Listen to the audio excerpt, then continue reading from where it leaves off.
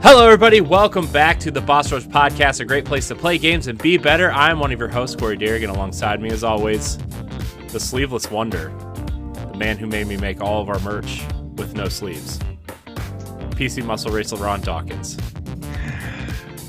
Long live play. Yes. How's it going, LeRon? It's going pretty good. I'm a little punch drunk because there was no Crossroads last night. Yeah, but you got to host this show last week. Thank you. Oh yeah, no problem. Stephanie and I held it down. You did. We were good. It was good. It was a good show. Good. We missed you though. Didn't we say like we missed Corey like 3 or 4 times throughout the show? No, I believe you made fun of me a couple times. I listened. No. Funny story. Like I saw a couple of times where you were like razzing us in the comments, but I was only logged in to stream. I wasn't actually logged in as under Boss Rush on the browser. Mm-hmm. So here I am sitting here thinking I'm replying to you, and I'm not replying to you because like it's not even going to your stream. Mm-hmm. It wasn't even going to the account. Yeah. No, it's fine. It's cool. Hey, that's what happens when you only have like 20 minutes to prepare. That's fair. Yeah, I was like, I felt like I had like this. Well, I'll just introduce everybody else. Also joining us is the writer extraordinaire, Stephanie Klimov. And I'll be one of the first to buy said merch. I've been waiting long enough. I know. Thank you. I'm sorry. Hi. I've been trying to get it up, and now it's through this weird approval process. Man. I realized my wording was not great. It's fine. I'm ready for all the sleeveless stuff. We got muzzle shirts, we got tank tops, do we have stringers? What? Stringers, like the dental floss freaking tank tops. You know what I'm talking about. Oh, I thought it was like a thong or something. Yeah, I was like, there's no banana hammocks in the stuff is like I mean, I guess we have like three-part masks. I guess you could try to articulate. Yeah. I don't know. Yeah. Hey, challenge accepted. Also joining us is the PlayStation Doctor himself, all the way from Crossroads, the PlayStation podcast, Austin Campbell. Woo! Yeah. A long, far away from Crossroads. Yeah. So far away. Yeah. Made a long trek here. That's all I can say. You must be exhausted. I mean, yes, but for other reasons.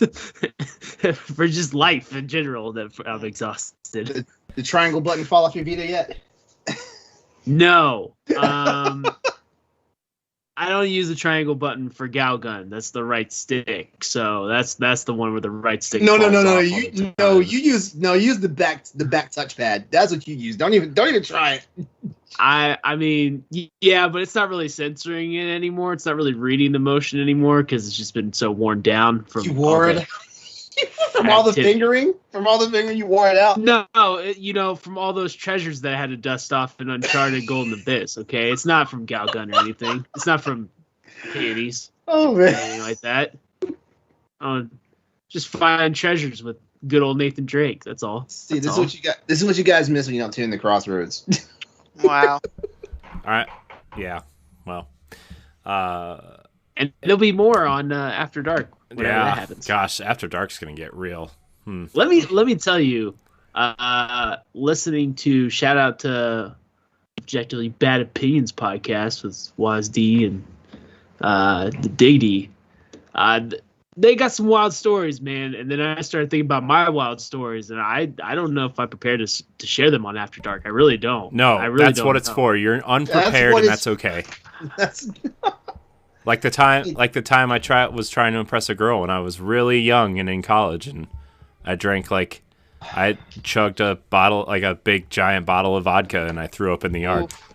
And then when I went back there like a year later to help him move, that entire spot was still brown.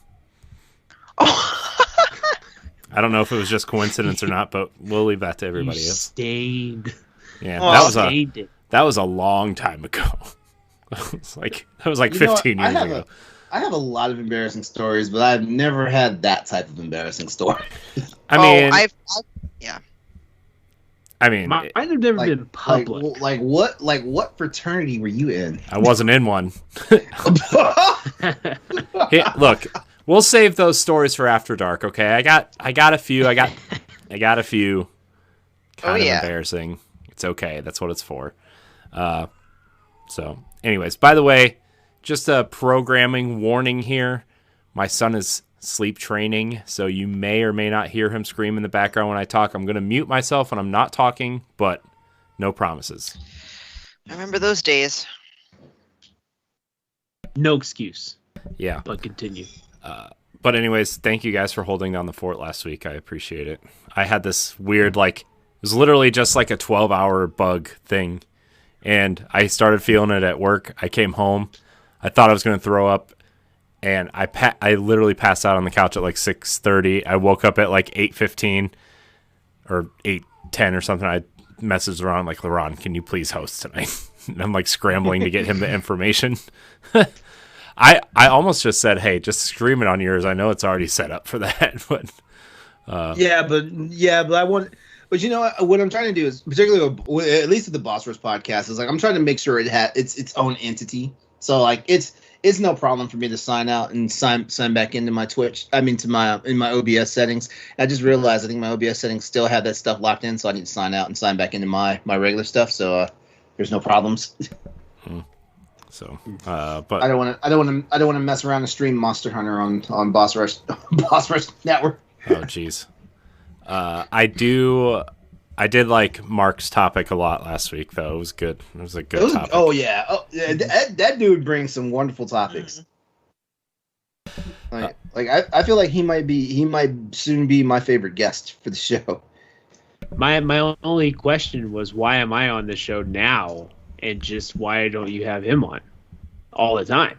No, that's not how it works. That's not how it works, Austin. We have a rotating fourth chair here. You can it's like Whose Line Is It Anyway, where it's that rotating fourth chair, but everyone knows we like to keep the same person. The ratings always shine when that one person is on.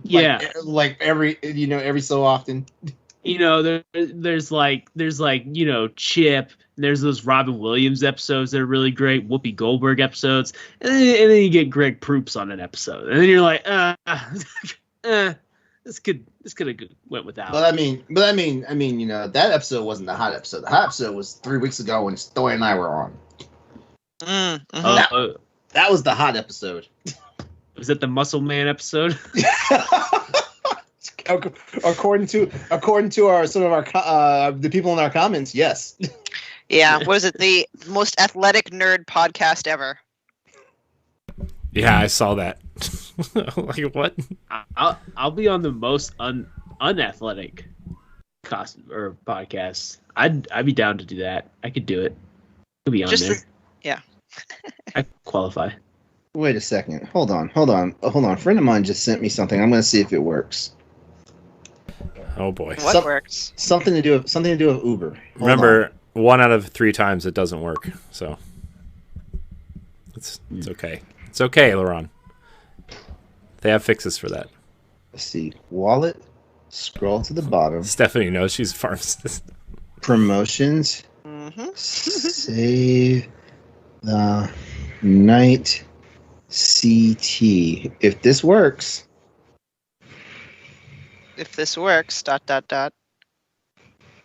Okay, so apparently there's a promo going on Uber right now. So for anybody that uses Uber, open up the Uber app, go to your wallet, scroll to the bottom, and enter the promo code to get $10 off your next 30 rides.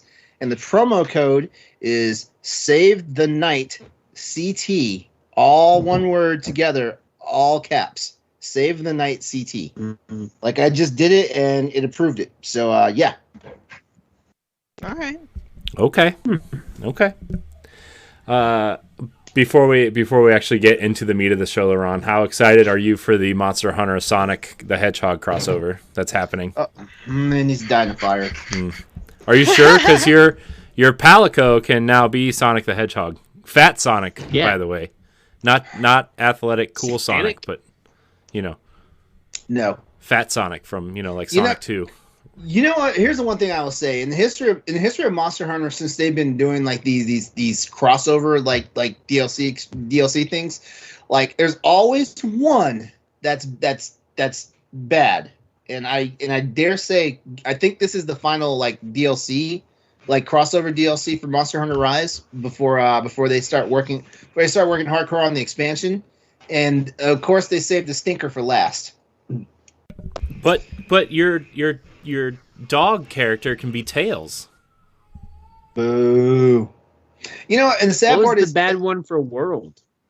For World, shoot, it wasn't the Assassin's Creed one. I know that There wasn't one. Good. Monster Hunter World is perfect, Austin. Didn't you know that? LeRon's review, 11 out of 10. Think of one. Breaks Metacritic. 11 out of 10. Not enough frames. That's where he knocked his point off. Not enough frames. Let me see. Looking at this, actually all of them were pretty good for Monster Hunter World. You had Devil May Cry. You had Devil May Cry. You had Assassin's Creed. You had Final Fantasy 14, the Mega Man, the Universal Studios Japan collaboration, The Witcher 3, Street Fighter 5, Horizon Zero Dawn. I was gonna say the Horizon one was what made me want to buy it for PlayStation. Yeah, and then the Resident Evil 2 stuff. Yeah, so if I had to pick a stinker out of the Monster Hunter World stuff, I'd probably say it was the Mega Man stuff. It was a little too odd. Like it was blocky Mega Man. It was the blocky Mega Man. It's okay. But that's just a stretch. That's just me being picky. They should have put box art Mega Man in the game instead. Remember when they did that? What game did they put box art Mega Man in? But he was just some fat old guy in a yellow suit. It was Marvel vs. Capcom. Shoot, Marvel vs. Capcom. Yeah, it was 3. Yeah. That's funny. That was awesome. Also, that game came out at a time when Keiji Inafune left, right, and like went to try to do Mighty Number 9. And that was like kind of their way to get back at him, was put out 2 great Mega Man games and then put fat Mega Man in the box art. That's so good. Yeah, but man, Monster Hunter 4 Ultimate had some of the best. It had freaking Link. It had Samus. Shoot. What else did it have? It had Aloy. It didn't have shoot. Didn't have Aloy. I know it had one of the characters from Animal Crossing in it. Was it Isabelle? That one at all. Probably Isabelle. She's in everything. She's the crossover character. Who is it? Isabelle? Yeah, that was it. The little dog looking character, right? Yeah, the yellow dog, cute little dog who's actually just like, her and Tom Nook. They just want all your money. That's all they want. They just fleece the shit out of you, huh? Animal Crossing, man. I tried really hard with Animal Crossing. I did. I can't. I can't. Like there's just certain games I can't, and I swear my boyfriend plays them all, and is like, "What are you doing to me?" I went to his place a couple of weekends ago, and he was legit sprucing up his island because he heard about the DLC that was coming out. I have never played Animal Crossing. About a week. Oh, you never even played? Never even played it. That surprises me, I think. I don't know. Really? How so? I don't know. I don't know why. Do you like Sims type games or anything where like you're designing stuff? Because I feel like if you don't like those games, then Animal Crossing is pointless. For whatever reason, I got super into Harvest Moon 64 and then 64, but that was literally the only Harvest Moon I liked. So it's just like this random oddball thing. But other than that, I don't usually do those kind of simulator stuff. I'm like, why would I sit here and clean up an island when I could maybe save up money and fly to a real island? But okay. Austin. I stand by Stardew Valley. Stardew Valley. I did buy it. I haven't played it yet, but it's good. I will do that. I tried Stardew Valley too, and I just no. This game can kick rocks. The fishing sucked though. I hate the fishing. Fishing, I went. I rather go real fishing. Yes. You mentioned The Sims, and I got sad because no more Sim City. There is no Sim. No more SimCity? Oh, the last SimCity basically they had piss poor planning for that game and it basically buried the game. Play City Skyline. I love City Skylines, but man, City Skylines technical. Woo.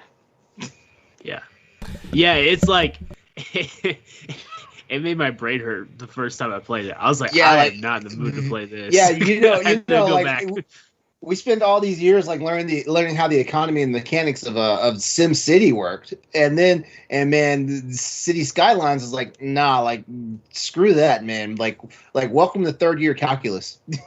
oh yeah, exactly. Yeah. All right, so we're gonna get into the show right now, pretty quickly because we are going over the Game Awards. This is the topic tonight. There's not a 4-topic rotation. We're gonna kind of speed through, maybe like 1 or 2 games that we're playing, and then get into the Game Awards. Just because they're coming up, we kind of want to be timely with this. So not often we like to be timely, but we're gonna be timely with this because, well, that's what we decided. It's actually Stephanie made us do it, so. Because, we all love Jeff Keighley so much that Stephanie just wants to talk about him for 2 hours. So we're gonna. Yep, that is why. So Jeff Keighley. So let's see. We got 30 categories. We've got 30 categories this year. I think they actually managed to squeeze a couple more in from last year. Oh, okay though. But do we really want to do like the esports stuff? We don't have to, because I don't know anything about any of the esports. I have nothing to stuff. say about them. I know a little bit about esports, but I don't know enough to let me see, best esports event. Yeah, I really can't help out on this one. Good for them. I'm good for you, but I would not be able to. Content creator of the year. All right, the 4 content creators of the year are sitting in this chat. Okay, exactly. Without. And I'm looking at those, but I'm looking at them. By the way, I don't know any of these guys. So if I'm, go ahead. I was just saying, if I'm working backward, from the list, the first one that seems worth discussing is the most anticipated game.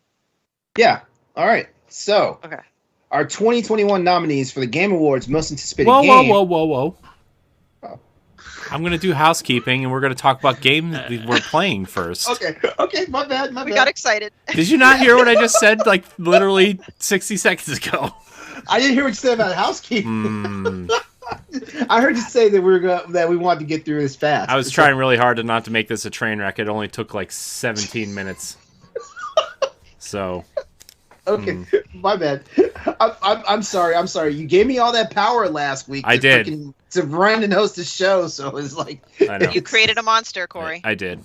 You already have a show, LeRon. God, 2 actually. My bad. I'm sorry. 2 of them. I won't do it again. This is the Boss Rush Podcast, the flagship show of the Boss Rush Network, where each and every week we get together with our friends from around the internet to talk about everything we love about video games, entertainment, and more. You can catch the Boss Rush Podcast every Wednesday night live on twitch.tv/Boss Rush Network or on YouTube and podcast services every Monday morning. Follow us on social media at Boss Rush Network. Join our Discord and Facebook group and find all of our shows and content on bossrush.net. Ladies and gentlemen, 2 announcements here. First of all, hopefully by the time you hear this on podcast feeds on Monday morning, our store will have our logo shirts up and a few other choice shirts up, so you can buy a logo shirt of your favorite podcast from the Boss Rush Network. And it's clearly going to be this one. Also, Stoy made me make a sick shirt because he says it all the time on Arsenal X, so that's also up. Nice. There's going to be a few other choice designs, I think. We'll get there. Maybe a Snacktendo shirt. We'll figure it out. Maybe a LeRon special. It's just a sleeveless shirt that says "Someone stole my sleeves." I don't know. Or what's poppin'? Yeah, what's poppin'? It's just it only comes in sleeveless options. Exactly. You're welcome. I like it. Yeah. So we'll see. Well, you'll see that stuff there. Very excited. I'm very excited. They added hats. Not hats that I would wear, but there's hats, stickers. I'm very excited for all kinds of cool stuff. Also, I'm aware of the prices on some of these things. They need to be adjusted. My goal was to get the stuff on the store before I start adjusting the universal prices. So I'm sorry that your sticker costs $8. I will fix that. Secondly, I forget what the other thing was. Oh, YouTube. As of this recording, we are 6 subscribers away from 300 on YouTube. For some reason, Oh, congrats. in the last 8 days, we've gained over 20 subscribers for some reason. So, not that I'm complaining. I don't know where you're coming from, but thank you. Appreciate your love. Yeah. And hopefully you're going to see a few more things. Jacob and I are talking about getting Timelined off the ground. LeRon is getting After Dark off the ground. Ed and I are doing an expansion pack, an opening episode of expansion pack this week as well. New things, guys. New things coming your way. Austin's, I don't know. He'll show up on something. Mighty Ducks season 2, baby. Let's go. Yeah, we're gonna do a special one-off for standard def for Mighty Ducks season 2. Do you think Logan has the audio still for those episodes? I mean, probably depends on how many recipes he's got on his computer now. That's fair. And those recipes have got like 20,000 ingredients in them, and That's fair. it a lot of memory space there. I'd ask him, but he's got a real life now, so Yeah, he's an adult. yeah. Adult shit to do. You know, if he didn't tweet about it all the time, I wouldn't know he had a girlfriend. You know. Yeah. I'm glad they're still together when I checked 20 minutes ago. I'm just kidding, Logan. You know we love you. We're just giving you a hard time. We didn't see it wasn't Ed this time, guys. Wasn't it? He'll get his turn. Yeah, that Ed guy. Ugh. No. I already did my one Ed burn earlier before the show started. Okay. Since we're on Ed right now, we'll get into what we're playing. I do have an Ed burn, a good one. Oh. Mm-hmm. He asked me what I was doing tomorrow. Okay. It's the United States. It's Thanksgiving. We're celebrating Thanksgiving, Ed. You want to know if I wanted to record something tomorrow, and I'm like, Oh. It's Thanksgiving, Ed. Give thanks. Spend time with your family. No working tomorrow. Although I will end up working tomorrow. No working tomorrow, everybody. Is Walgreens open on Thanksgiving? Uh-huh. Is that a thing? Yeah. Are the pharmacy stores open? That sucks. The ones at pharmacies are probably open. Yeah, Ed said that they're Yeah, open some- because they have a pharmacy inside. Mm. So, sorry, Ed. I had to roast you. Anyways, Damn. let's talk about what we're playing, but let's do it kind of quickly because this list for Game of the Year, I didn't realize there was like 75,000 categories this year. So, Austin, you're our esteemed guest tonight. Yeah. What are you playing or watching? If you're watching something, Oh. what are you doing with your life? You tell us. Oh, okay. Well, watching. We just finished. I've been trying to be better about actually watching stuff more because it's like one of the mediums I don't do very often is actually just watch TV that's not football related. So I've been watching stuff with Katie, and we finished only Murders in the Building, which LeRon I think talked about a few weeks ago. Yeah. And so we finished it, and I liked it. I liked it, but I think it did get kind of slow at the end, like the last few episodes until like the very last one. And Yeah. then- Yeah, didn't it feel like they kind of like wrapped the bow up a little too early? Like what the show was, like 10 episodes, right? It was 10 episodes, right? yeah, it was like 10 episodes. The And it first felt like 5 it were felt like in good. episodes. It felt like episode 7, like they kind of like displayed their hand. Yeah, it was like, well, it's like, it's one of those things where like, oh, the ending, it's all wrapped up in episode 7, but there's 3 episodes to go. And it's Hey, like, you well, right? then Yeah. I know this isn't, then I know that there's a twist coming. You It's know? like, gee, And, thanks for throwing the red herring. And then it was one of those things where it just kind of wrapped up kind of quickly. Like all of a sudden, it's like, oh, all right. I will say I do like the acting in there. I like a lot of people in that show. It was good to see Nathan Lane on the show. I haven't seen Nathan Lane in a while. And the girl who plays Michael Scott's girlfriend in The Office, I forget what her name is. She's in the show. She's also on The Wire, which is what I knew her from. But and so it was pretty good. And then I want to watch the Cowboy Bebop show, but I haven't started it yet. It looked awesome. The trailer on the Netflix looked awesome because I haven't watched any trailers. I know. I want to watch it too. I've started watching it. What do you think about it? It's good. One of the things what I can tell you is throw your expectations out the window.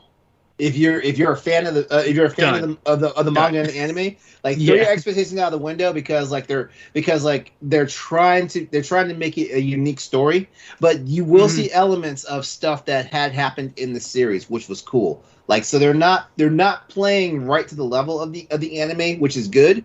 They are being creative and doing original stuff, original content and stuff. So yeah, it's good. Now I do have one major problem with it. The fight choreography is terrible. Oh no. Wow. The fight choreography is terrible. That's what makes it.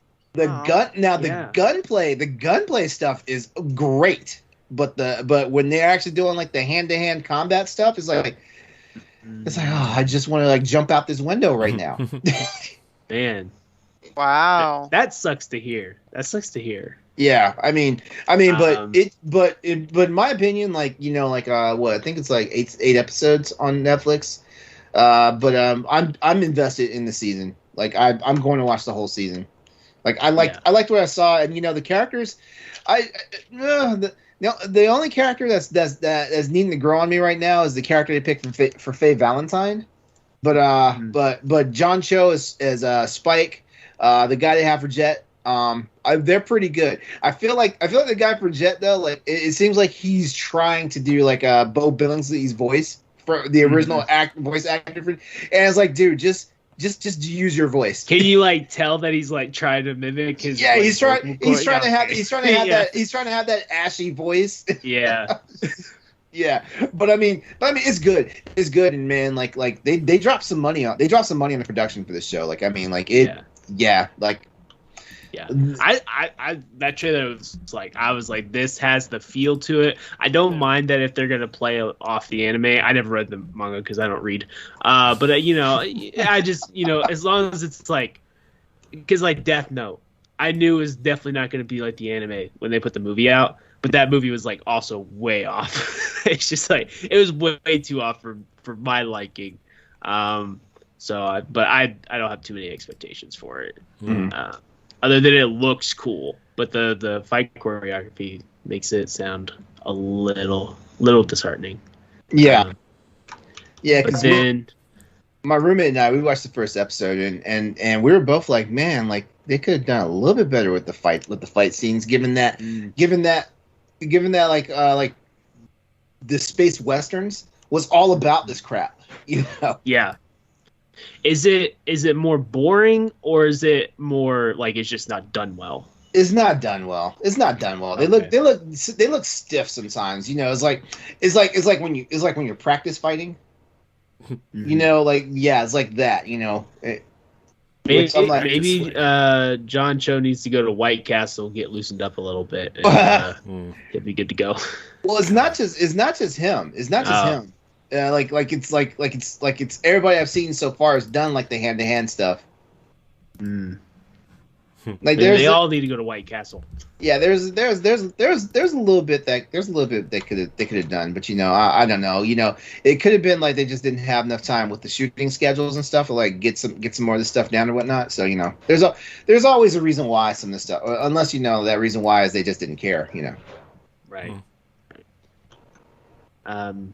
So anyway, that's all that I've watched, played. I'm playing 2 games in particular. LeRon, I broke my deal, by the way. Black Friday came and I bought multitudes of games, just so we're clear. But I am playing Deathloop and Battlefield 2042.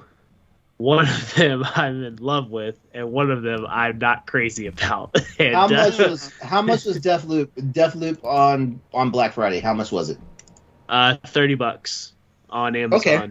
So and that was the physical copy. So I wonder how much it is on Steam.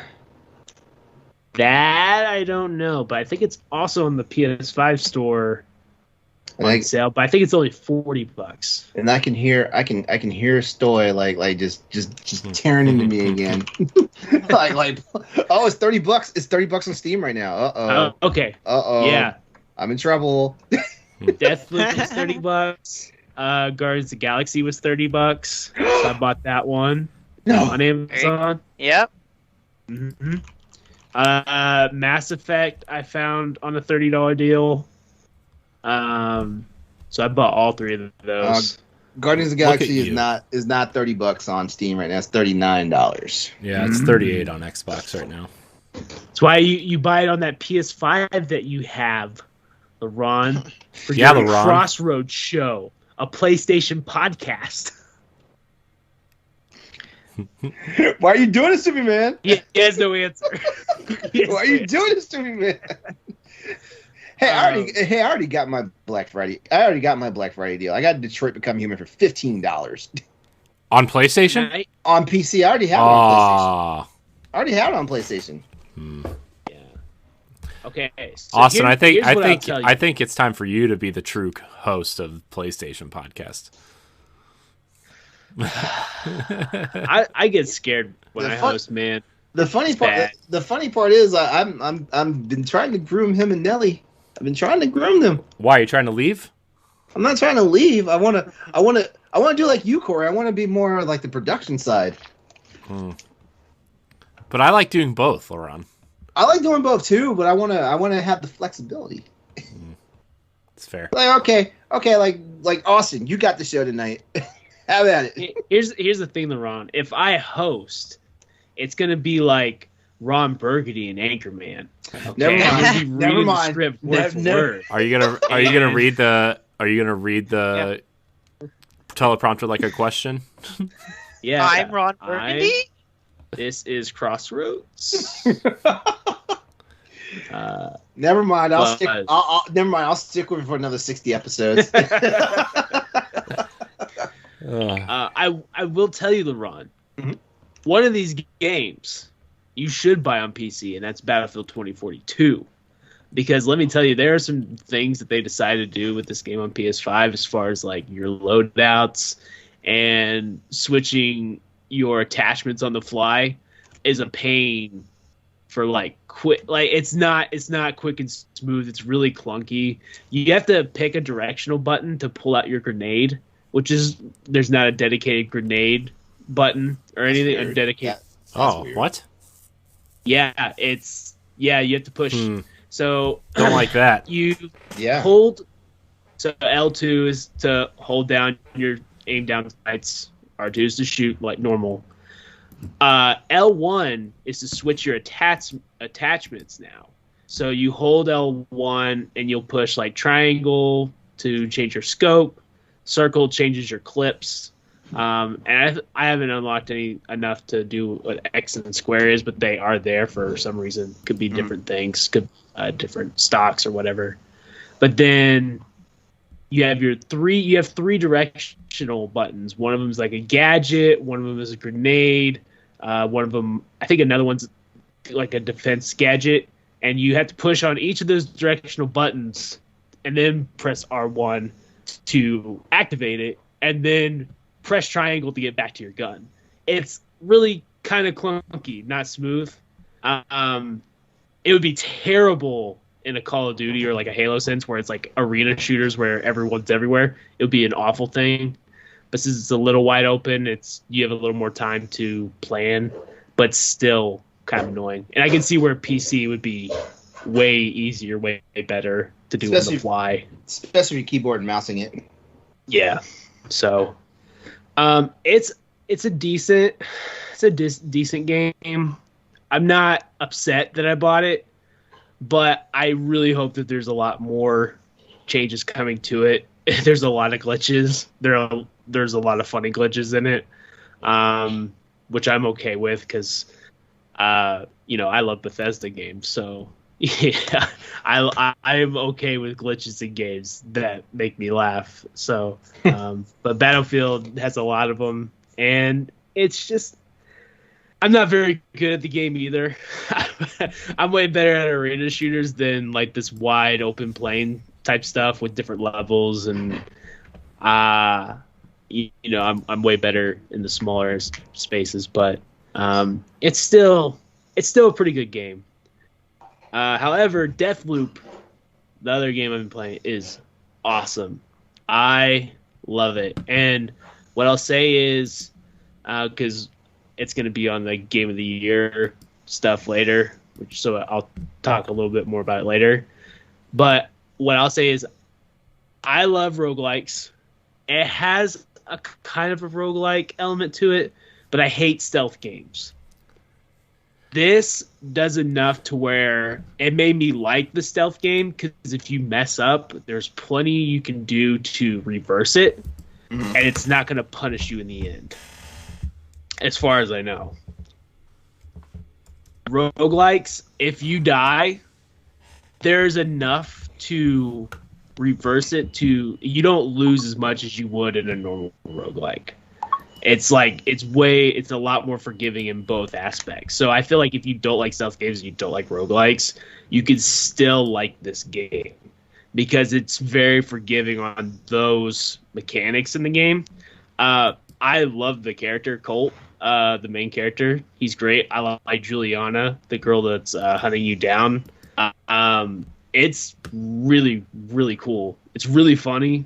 It's maybe one of the funniest games I've played in a while, just because Colt is he just like talks to himself in the way that I would talk to myself, and it's like I don't know. It's a really good game. I'm loving it way more than I thought I would. I really wish that PlayStation would have shoved it down everyone's throats. Yeah. For so long, because I feel like this game deserves a lot more chance than it's getting. So, but yeah, that's all that I've played this week. It'll get a chance in about 10 months when it hits Xbox Game Pass and everybody finds it for free. Yeah. But you shouldn't. You should play it. It's good. I know. It's great. You should actually spend the money for it. I don't have a system to play it on, so. Yeah. Well, that's why I'm not playing some of the games that you're probably playing. I know. Yeah. Cool. Or else I probably would have played that instead of Battlefield 2042, to be quite honest. Yeah. To be quite honest. Yeah, I'll talk about that in a little bit. Stephanie, what are you doing with your life? I saw Ghostbusters Afterlife. Ooh, how was that? Review on it. It was amazing. There have been previous disappointments with reboots and remakes, and I just think they really nailed it. Like, Sony did a great job and was worth every penny at the movie theater. So, love it. Love all the fan service, but it wasn't, too bad. Like, I just think it was just enough for me. And for playing, I hop on Alien Fireteam Elite and play with Lasby once in a while. Still playing through Guardians of the Galaxy, and I just fired up Metroid Dread again after furiously quitting after dying with apparently to LeRon what is known as an easy boss, but I finally defeated it today. So yeah, I'm between those. I realize I've been trying to take on too many games. Like, for example, I started Far Cry 6. It's been over a month since I played it. And if I were to go back into it now, I won't even remember what I was doing. So I'll just try and limit the number of games I play at a time. Hey guys. There's too much to play right now. Hey guys, the way she described that, it sounded like she was calling me a jerk. Yeah. No. You know what else is easy, LeRon? Sleeves are easy. Easy muscle race.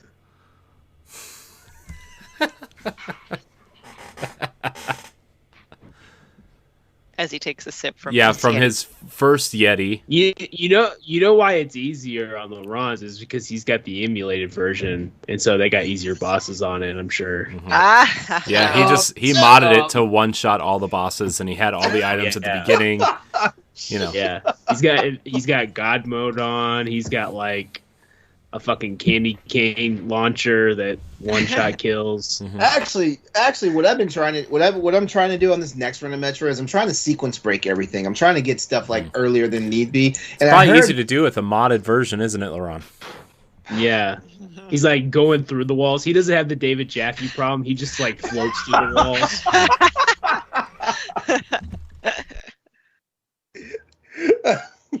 I have no comment. I have no comment. I'm not confirming nor denying that anything you've said is true. But yeah, that's it for me. Oh! And by the way, just so nobody comes angrily at us, like I spent money for this game, so don't at me. Looks sealed to me, LeRon. Extra money on that game. It is not. It is not sealed. He's got the Peggy. He only opened the cardboard box. He didn't take the game out. Game's still sealed, guys. Yeah. He bought the box from someone else that bought the deluxe version. He used his GameStop hookups and just bought the promotional box for it. Look. Cool, you opened the steel case. Look. Yeah. Look. It's open. He proved nothing.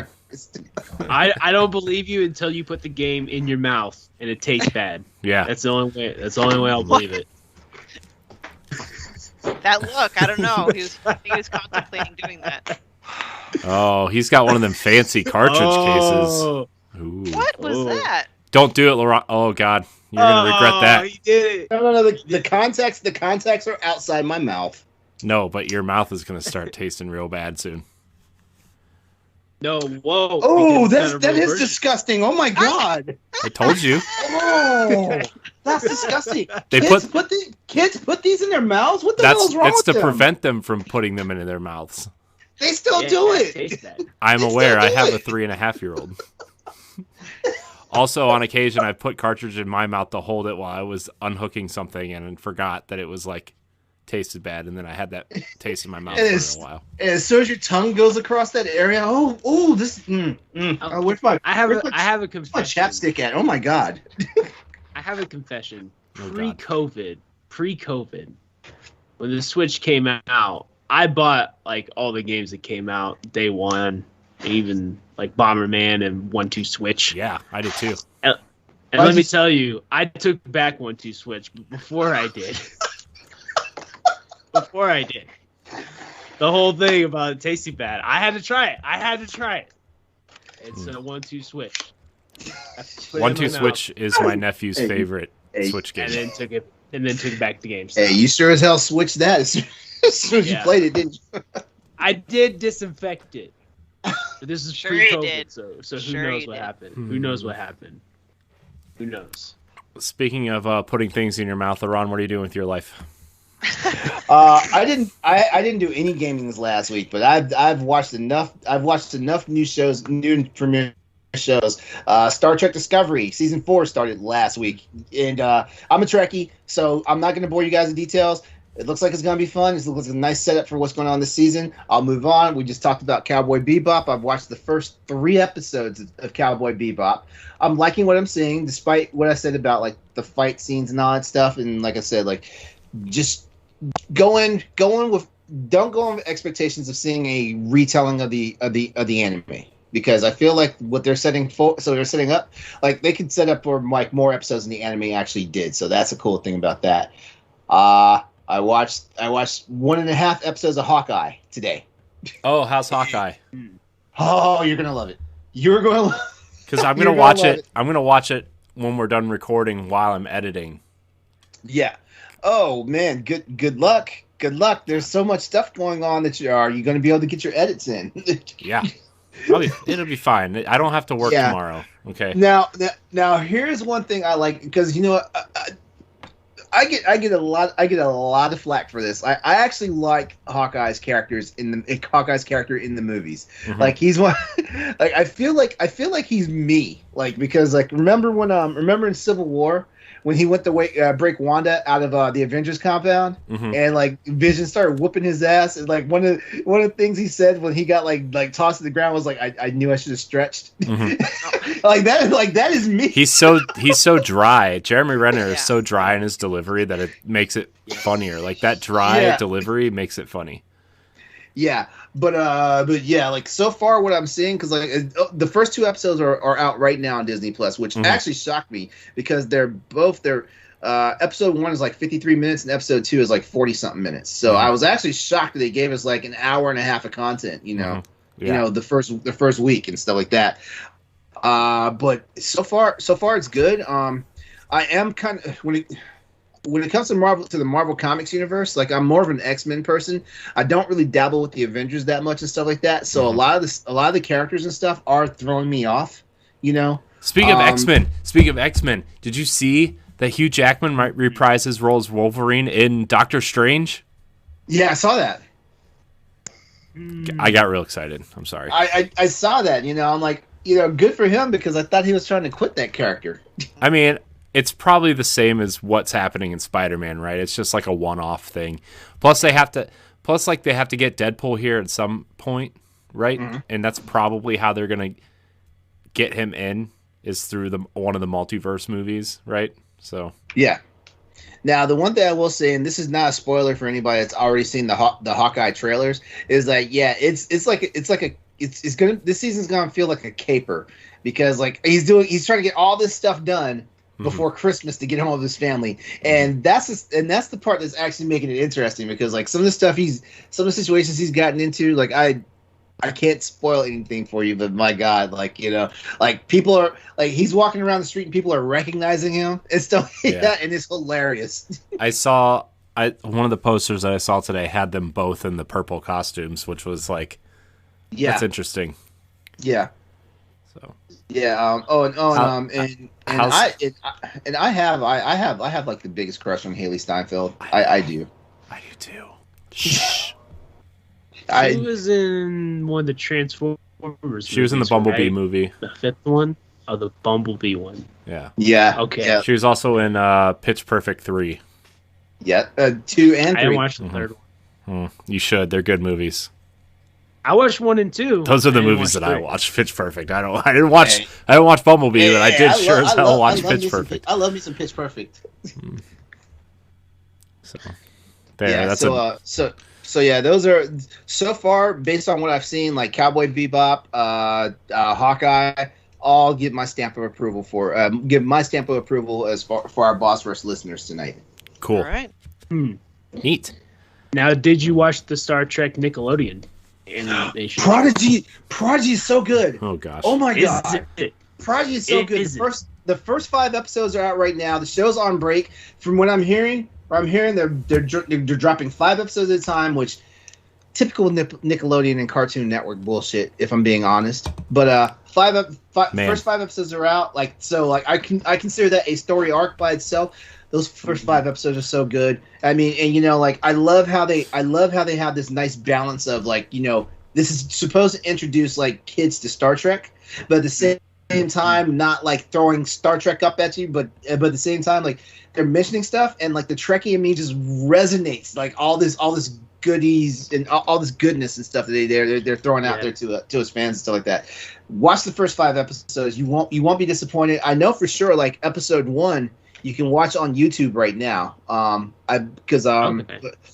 But episode 2 might be out there. But if not, you know, like borrow someone's Paramount Plus subscription, or you know, just. I'll tell you this, that I wasn't really interested in the show until I found out like the Avatar people were working on it, and then I was like, oh, well, I didn't know that. It gave me kind of a sense of what the show's gonna be. Oh, I didn't know that. Some of the Avatar people are working on it. They're paying attention to detail to what actually Star Trek is about, so you know, like it's not all ham-fisted as far as I'm concerned. So yeah, like I can definitely like if you guys like Star Trek, like I can definitely give you a stamp of approval for both Discovery Season 4, Episode 1, and the first 5 episodes of Prodigy. Like, it's good. It's good. Well, I will give you getting Paramount Plus Friday because of South Park. And so while I watch it, after I watch the South Park event, I'll probably start the Star Trek. Yeah, well, get through some stuff on there. Well, yeah, like come talk to me about it once you watch them, because man, like I need more people to talk Star Trek about. I will get Paramount Plus when Halo comes out. I knew you would. You were actually. You're not gonna watch the South Park, man? Did you watch the trailer? I did, but here's the thing: I have so many subscription services right now. I can't add another one without for a month without more than like 1 or 2 things to watch, right? So, for me, when Halo comes out, I'll catch up on the South Park stuff, and I'll watch Halo. You could watch South Park, and then you could watch Everybody Loves Raymond, and then your month is that will on be there over. too? I think so. Oh, I'm pretty sure no. It's either that or Peacock that it's on. Oh no, I don't have either of those. Because that's probably what I'm gonna do. I love Raymond. Yeah. Oh no, Deborah! My Nemo's pizza fell on the floor again. That was my really bad Raymond impression. It's okay. Can you do a Brad Garrett impression? Probably. I would have to think of something to say. Everybody loves Raymond. That's not too bad. Is that it, LeRon? Is that all you? Yeah, that's it. Okay. That's it. Yeah, I will get back on gaming. I'll get back on Dead Space. Yeah, but I didn't do any gaming last week, and you know what? I think it was actually a nice week. I mean, I did run a couple like bedtime emulators. Like I played Mario vs. Donkey Kong last night before I went to bed on Game Boy Advance, and God, nostalgia. Game Boy Advance is a great console. Can't wait till it comes to Switch. Yeah, I'm telling you, like Nintendo would get guaranteed money from me if they bring that out. Yeah. If they say it's $100 a year, but they're adding Game Boy Advance, I'm jumping right on it. Okay, I don't. Well, the rumor is that Game Boy and Game Boy Color are going to be added to the $20 service, and Game Boy Advance is going to launch through the expansion pack service. That's the rumor right now. Worth it then. Anything for Game Boy Advance. God, Game Boy Advance. I'm not saying $100 paying, but you know. I don't know. Whoa! I have a life to deal with. I don't mind paying the $4.16 a month it costs for me to pay for that service. So yeah, I'm good. So I guess I'll just talk about 2 games that I'm playing right now. I did pick up the OLED Switch. Very excited. Mm-hmm. Very, very beautiful console. I actually have all my white consoles lined up right here, right now. Actually, I rearranged my desk just so my Series S and my my OLED Switch can sit next to each other. I know I'm lame. I can't help it. But I haven't really played any new games on there because the first game I'm going to talk about, Halo Infinite. The multiplayer obviously dropped last week. I was going to talk about it last week, but obviously wasn't here. So I'm going to talk about it tonight. It is very good. It feels like classic Halo. It feels like a good evolution of Halo 3 is what it feels like. The equipment is cool. The grappling hook is awesome. The guns all feel really good. There's a weapon called the Mauler, and it's like a hand shotgun, like a single hand mini shotgun that you can hold, and you can. It's so good. Like you just blast people with it, and they just die in like 2 hits if you hit them like square in the face. It's awesome. The battle rifle feels good. I wish it was a little bit more powerful. It's not quite as powerful as the Halo 2 battle rifle, although people who are jumping in and haven't played Halo before probably aren't going to notice that kind of thing. The shotgun is a little weak also, I've noticed, or I'm just really bad with it. Also, it's very large and takes up the entire screen for some reason. But yeah, man, DFG. Halo's really good. Big team battle, all the vehicles feel really good. It feels really good to the other day I was playing big team battle and I was riding in the back of a Warthog to our objective, and there's an aerial vehicle flying over us. So I jumped out of the Warthog, grappled up to the Banshee, kicked the pilot out of the Banshee, and started flying the Banshee, and it was awesome. And then I killed 2 guys and wrecked into a building. But before the building crash, I felt awesome. Yeah.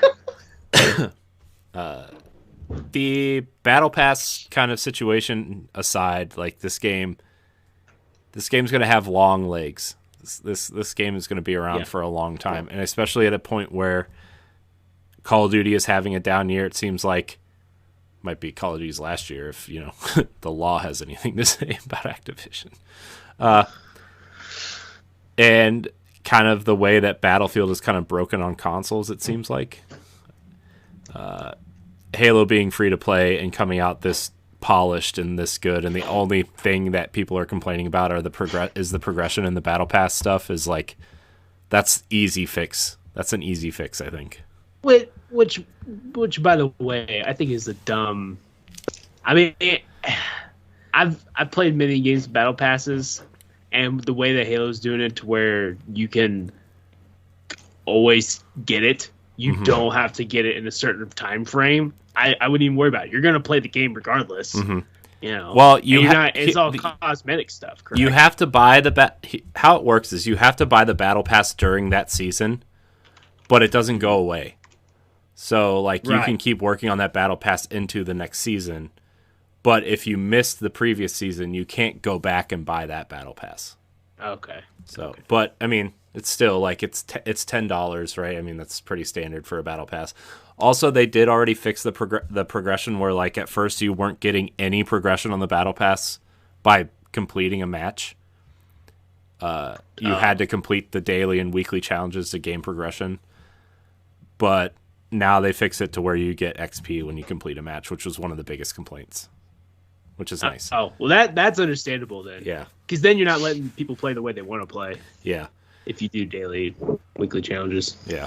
Which I don't care about that stuff. I just want to play the game, and if I progress, I progress, and if I don't, well, it sucks. Because, like, the Battle Pass this season is really cool. It's all Reach stuff. Like, you get all the characters from Reach's armor. And then the event that's going on right now is samurai themed, and you get really cool samurai armor. If you make it to level 8, you get the main set of armor, and then as you progress, I think there's 30 levels in this event Battle Pass, which is free. This event Battle Pass is free, so everything you can earn in it is free. You gain different pieces for the samurai armor, like a belt or a katana or a mask or horns that come off your helmet. It's really cool. So Halo Infinite, guys. Halo's back. I wrote a piece on the site, and I said Halo multiplayer is back, and it's back with a vengeance. So, and I stand by that. So, the other thing that I am playing is Tales of Arise. I played the first, I want to say about the first hour of it. It was a gift. He's mad at the person that gave him the gift. I am. Why? I am. I want to be mad, but I can't be mad. I don't know. It's just like, here's the thing. So I don't really celebrate my birthday. I don't know. I just don't really. You're Jehovah's Witness? Yeah. Yes. We found you out. Yeah. You're the one knocking on my door. Yeah. Look out your window. There's a van and 2 extremely white, blonde-haired people knocking on your door. Yeah. Not yours, LeRon. Okay, They only recruit white people. Wait, we live in a crazy time right now. Like 17-year-olds can cross state lines and kill people. Yeah, I made that joke to Stoy and Jesse on Arsenal X this week. I said, I hear murder's legal in your state now. It's like the Purge. It's one night only, I guess. I don't know. Yeah, well, at least it's not legal in Georgia. Yeah. Anyways, that's a topic for a different show, I guess. Yeah, true. But Tales of Arise is very anime, but it's a very beautiful game. It's like a story heavy action RPG. Surprise, the main characters have amnesia, and you have to play through play through the game to figure out who your characters are, which is funny because I wanted this game, but I was gonna wait till it went on sale to get it the way that Tales of Vesperia is right now, which is $10, which is a good deal for that game. The game's amazing. So I kind of have heard things about the story through podcasts and other people talking about it, whatever. But the characters before Amnesia knew each other, and now they're developing a new relationship, even though they already know each other because they forgot everything. And it's really kind of sweet learning the characters as they learn about each other together. It's kind of nice. It kind of, I don't know. It kind of reminds me, I don't know if you guys played Lost Odyssey for Xbox 360. It is backwards compatible on Series X and Xbox One. If you haven't played it, I highly recommend it. It's by a studio called Mistwalker. They did Last Story on Wii also, and Blue Dragon. But Lost Odyssey is kind of like the pinnacle of their catalog. It's the best Final Fantasy game that isn't titled Final Fantasy. It's actually by 3 of the founding members of the original Final Fantasy. Mistwalker was Hironobu Sakaguchi's studio, wasn't it? Yeah. Yeah. And anyways, it's about an immortal. It's about some of the characters in that game are immortal and they have amnesia and they kind of have to. There's a lot of reading in that game if you want it, but as you read through and progress through the game, they learn more and more and more about themselves and their history and stuff. And the way these characters are kind of interacting gives me vibes of Lost Odyssey, which is a game I really adore. So, but this person who gifted it to me, I'm mad at you, but I can't stay mad. It was a nice gesture and it's a fun game. So, so. Seems like forgiveness is in the future. Which, by the way, I have a side rant. Not that this is related at all, but I realized that you cannot gift people a game from the Nintendo eShop. You can only give them a certain amount of money to put in their account. Yeah. But come on, I think that's just such an easy thing to do, to be able to give someone a game. Have you seen the eShop? They can't even categorize their games correctly. For real. You can't do that on PlayStation either. I think Xbox is the only one you can gift. Yeah, I think Xbox is the only one you can do it. Oh, okay.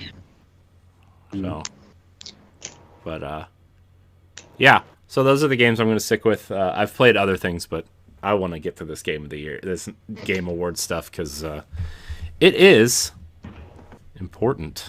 I guess somebody says it is. Yeah. So let's see. Timestamps are important. Anything for Jeff Keighley. Yeah. Love maiden of Hideo Kojima. Yeah. At least in his own mind. Yeah. So the first 5 categories here are all esports stuff. I think there are going to be a couple categories that we skip. I'm just going to say that. Yeah, I don't know anything about. I think esports. the first category we should hit is the most anticipated game. So there's a lot of games on here. There's 3 on here that I'm incredibly excited for. I know one is that Austin will be trying to find that Xbox for. Yeah. Most anticipated games on the list are Elden Ring, God of War Ragnarok, Horizon Forbidden West, the sequel to The Legend of Zelda: Breath of the Wild and Starfield. Are these games hitting it for you? Is there something missing from this list? NCAA football 23, but that might just be a me thing. I mean, I will play NCAA football with you, Austin. Oh yeah, I'm taking Tulsa to the championship, baby. I'm taking TU Golden Hurricanes. Hey, I took Kent State to the national championship. Okay. Hell yeah. So I missed it when you could do the Division II schools.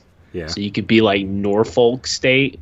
Yeah. Or like Eastern Middle Bacon University. It's all those. It's great. Yeah. I don't see anything missing for me.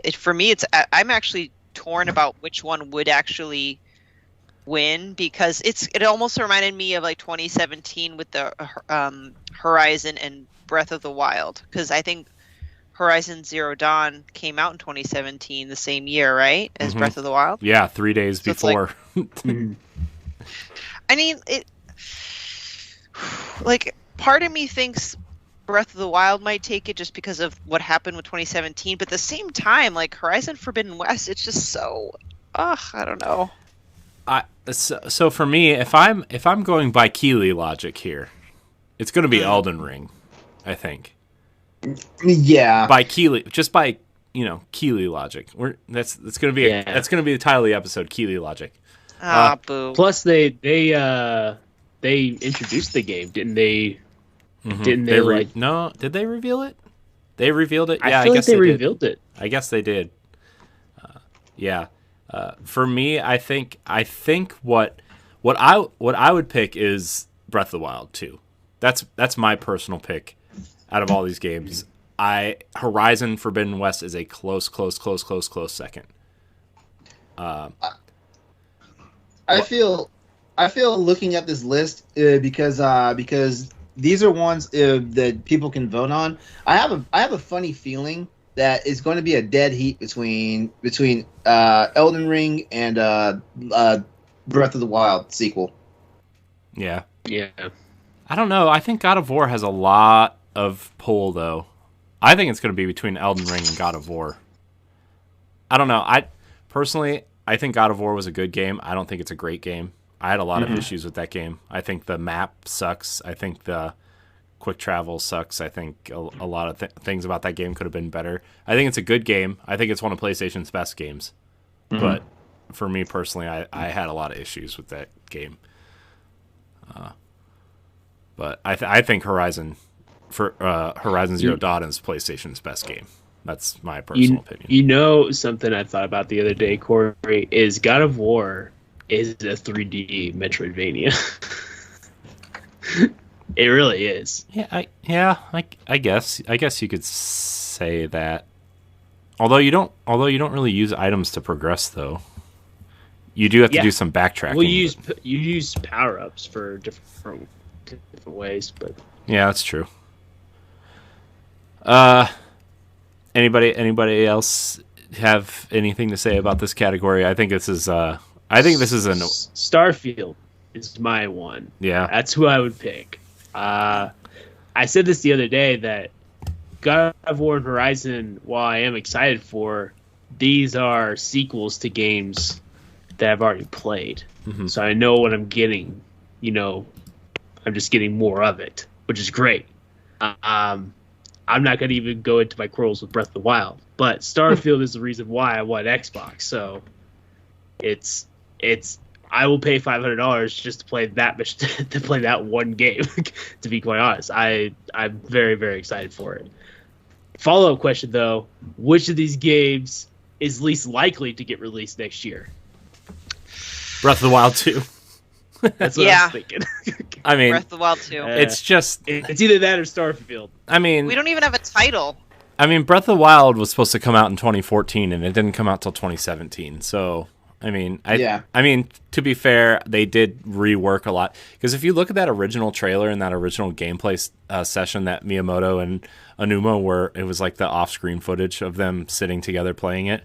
That game looked a lot different than it does now. It had a more of a, I would say, Ocarina-ish art style, like more of like an Ocarina mixed with Wind Waker art style than it does now.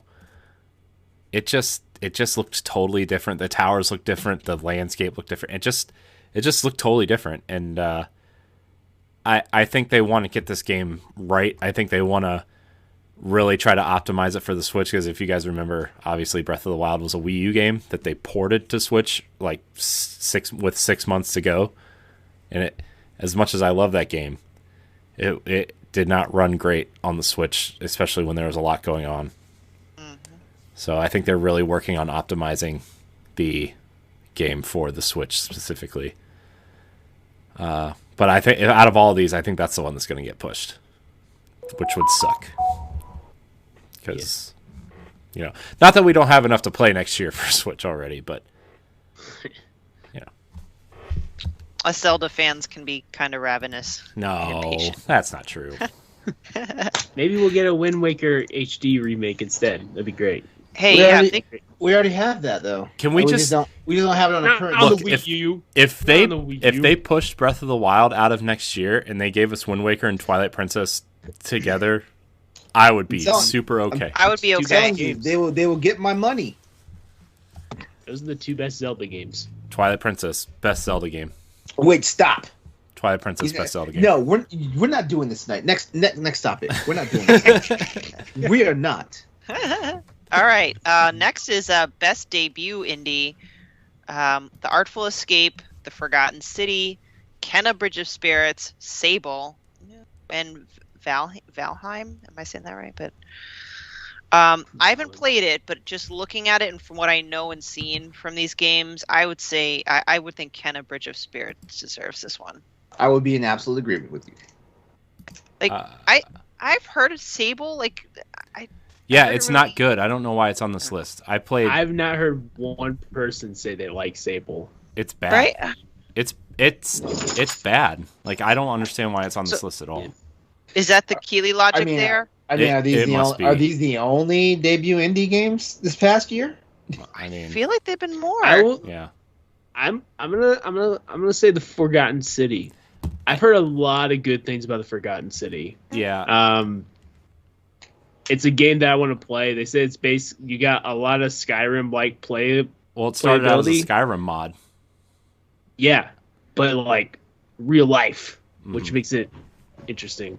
But I also want to play Kena, so I just haven't got to it yet. Those are the two games that I want to play out of these 5. I don't even know what Valheim is. I remember seeing the Artful Escape. Valheim is that indie survival, like team-based survival game that a lot of people were playing over the summer. I remember hearing a lot of podcasts talking about Valheim. Oh yeah, and it was like super popular for like a month. That. And then it's I didn't like hear the Fall Guys of last year. Yeah. I'm trying to think. Chicory. I've heard good things about Chicory, so yeah, I'm surprised that's not. I would on this put list. Chicory on this list. Yeah, I would. Chicory's awesome. Yeah, like awesome. swap out Sable with Chicory. Yeah. Yeah. I think Kena Bridge of Spirits is going to win this. It should win this. Yeah. I can't wait to play that game. That's the reason why I want a PlayStation right now, is because of Kena. It has nothing to do with anything else that's out. I'm trying to remember if Chicory counts, because I think they may have made a game before. Yeah. So that technically their debut. Oh. Now that I'm thinking about it, that might be why it's not on here. Yeah. All right, touche. All right, cool. Content Creator of the Year. You're looking at them. Exactly. Let's move on. You guys are content creators in my heart. Yeah. Write it in on the vote. Write-ins. All right, so best... I actually don't know any of those people. So. Yeah, it's the same thing I was saying. I recognize the cartoon, but I didn't know that was a creator of the year, you know. I've laughed at some of these cartoons. I didn't know it had anything to do with video games. It's the crazy part. Wow. Best multiplayer game of the year. I think It Takes Two takes it. Back 4 Blood, Knockout City, It Takes Two, Monster Hunter Rise, New World, and Valheim. Now, why do you say It Takes Two takes? Because Keighley Logic, Joseph Keighley loves Joseph Ferris, and he comes on the Game Awards every year, and they're like real buddy. That don't mean he's gonna give him an award. Does he like him more than he likes Hideo Kojima? It's close. I bet Hideo Kojima doesn't have a game on here. I bet if they squatted up in Destiny, they would be a fire team of 3. Okay. Oh man, I would pay to watch that. So I mean, I'm trying to throw my bias aside, but I feel like Monster Hunter Rise might get it. Like that game had like a meteoric rise in sales. You know, like it's ridiculous. It's ridiculous how much it jumped up in sales. And I looked at a breakdown. As a matter of fact, I sent you a video, Corey. That was it yesterday? I said they had a breakdown of like why this Monster Hunter game sold so well. You did, and I still need to watch it. I bookmarked it. But yeah, actually, by the time when the PC version of it releases in January, I will have my own like final review for this game before we get to the Sunbreak that I'm gonna actually like write out. It's gonna be like a college thesis, so get ready. Yeah. Has anyone heard how the reception was for that Amazon game, that New World? I've heard a lot of good things. Yeah. I've heard a lot of people like it, and that it's actually giving Amazon games some life. Like that it actually has a chance now. Yeah, it's still in beta though, right? It's still in beta. That's like the biggest knock against it right now is that it's still in beta, and I guess what they're trying to work on, because originally, like once it came out of beta, they were gonna wipe everybody's progression. Wow. And like the reason why it's still in beta is because they're trying to like not fix the game to where it doesn't do that when it launches. Interesting. So why would they put a game that's still in beta as a nominee for Game Award? They do this because all Jeff the time. Keighley does whatever he wants. They do this all the time. Like Hades was on a list quite a few times when it was in early access. So was PUBG. Mm-hmm. Okay. Well, yeah, because Destiny some and of these Fortnite. games don't ever get out of beta. Yeah. Like, is PUBG even out of beta at this point? Yeah. Is Rust out of beta at this point? Like, what are? Well, it's so much limbo right now. yeah, it's an interesting time for games. We'll say that. I say it's either It Takes Two, Monster Hunter Rise, or New World. Yeah. I only played Knockout City though, and I did not care for it at all. Yeah. All right. What's the next category? Ooh, best sports and racing. LeRon, why don't you take that? All right. So next up, we have the best sports and racing category. We featured here is FIFA 2021 from Codemasters and EA Sports. I'm sorry, F1 2021. My bad, because there's FIFA 22 by EA as well in there. We've got Forza Horizon 5. Interesting, because there was some controversy about this one. Yeah, there was. It should be in the Game of the Year list, and it's not. Yeah. I mean, that's the controversy. I think it's a fantastic game. Just keep going. We'll talk about it. Yeah. Then we've got Hot Wheels Unleashed by Milestone and Riders Republic by Ubisoft. I tried to pronounce that word, and I don't know what the hell that is. Yeah. My take on this one, I feel like Horizon's got this in the bag. I do, but Riders Republic is a fantastic game. Mm-hmm. And I've heard nothing but good things about Hot Wheels Unleashed, so it's crazy. Yeah. Oh man, I think Forza's going to take it, especially now that they've gotten snubbed from Game of the Year. If they don't win an award, people are gonna, I don't know. Has there ever been a racing game nominated for Game of the Year though? Mario Kart 8. Is Forza Horizon better than Mario Kart 8? Yeah, Hell yes. I mean, it's a different type of game. Hell yes. First of all, hell yes. I think it Hell depends yes. on your preference. Hell yes. I think Mario Kart is better, but that's because it is an arcade, dumb, stupid racer that I'm ready for a new Mario Kart. Forza is something that I jump into once every couple iterations. I do think Forza Horizon 5 is a fantastic game. I think it's beautiful. the racing is great. Like the cars all handle great. It's an easy game for people to jump into without having to know a lot about cars the way that you kind of maybe would for Forza Motorsport. And it's arcadey enough to feel fun, but it's also simmy enough to make it not feel like you're playing Cruisin' USA or San Francisco Rush or something stupid like that. So I think Forza should win. God, this Hot Wheels game though, everybody has something to say about this Hot Wheels game. My friend, because me and my best friend growing up, we played Hot Wheels on PS1 all the time. That one and Muppets Racing. Those were the two games we played. Yeah. And what does that look like? He bought this for nostalgia reasons. Are they sitting in little cardboard cutouts and like you just see this little hand with Kermit driving around this cardboard? Well, I'll tell you this. I don't remember a whole lot except for like half the tracks you cannot see shit. Like it's so dark. It's so dark on those games. But then like in between each game, like when the loading screens happen, they'll play like a small part of a Muppets show or a Muppets movie. I really want to play that game again. I need to fix my PS1. Get it back going.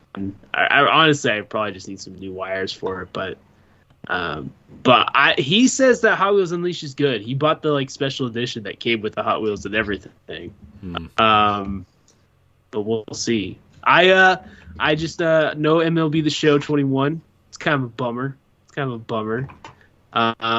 And no Pro Evolution Soccer. No is on here. So then they need to make an award for like just terrible games. Yeah. Didn't they used to have that award? Like when it was still like the Spike TV Awards or whatever? Probably. I didn't. Full disclosure, I've never taken the Game Awards seriously. Nobody does. They're there for the announcements, not the awards. Let's be honest.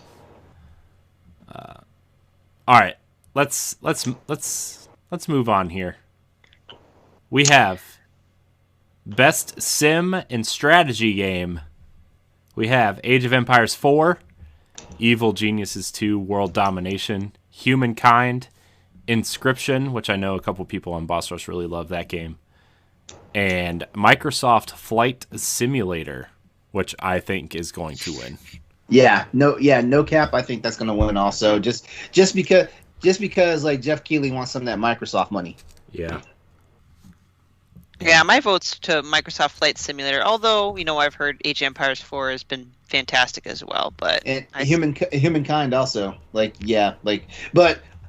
maybe I just have a bias because I love sim type games. So like those games, like those Age of Empires and Humankind is right up my alley. Mm-hmm. Although I hear a lot, baby. Yeah, I hear a lot of people talk about Inscription. Mm-hmm. I have to. That might be the sleeper win. Yeah, I love that game. It's awesome. What platform is it available on? It's the only game that I've been playing on PC. It's on PC. So I wonder why. I think it might be on Xbox because Jesse's playing it, but I also know that he has a PC that's capable of playing PC games, so I'm not 100% sure. I'm pretty sure. Let me look it up. I think it is only PC right now, actually, that I'm thinking about. It might be on Game Pass PC. Yeah. That might be a thing. That might be where he's playing it, is Game Pass on PC. You might be right. You may be right. What's next? Oh, let me take this. Best Family, the one was pretty much dominated by Nintendo almost. That's not true.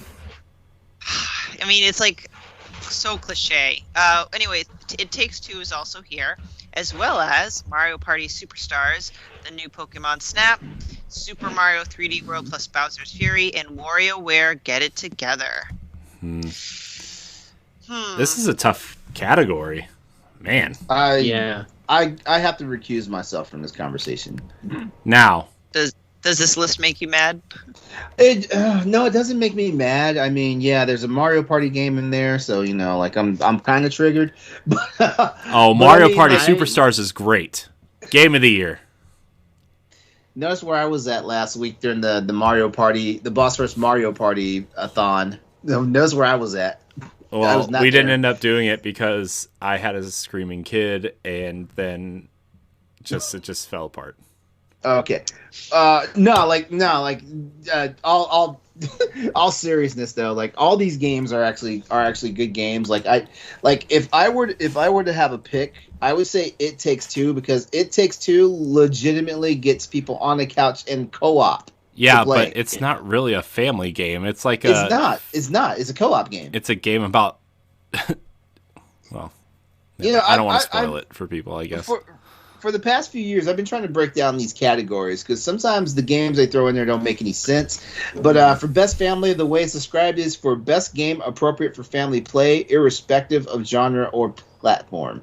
So I mean, yeah, like technically, okay, let's throw out It Takes Two. So basically, we have all the Mario titles. If I were to call it based off of this, I'd probably have to say Mario Party Superstars is too new. So I'm going to say it's got to be WarioWare. Really? I was going to say it's Super Mario 3D World because it's multiplayer, it's dumb fun, and it's the best 3D Mario game. But it also is a 5-year-old Mario game that they re-released on Switch. Yeah. So.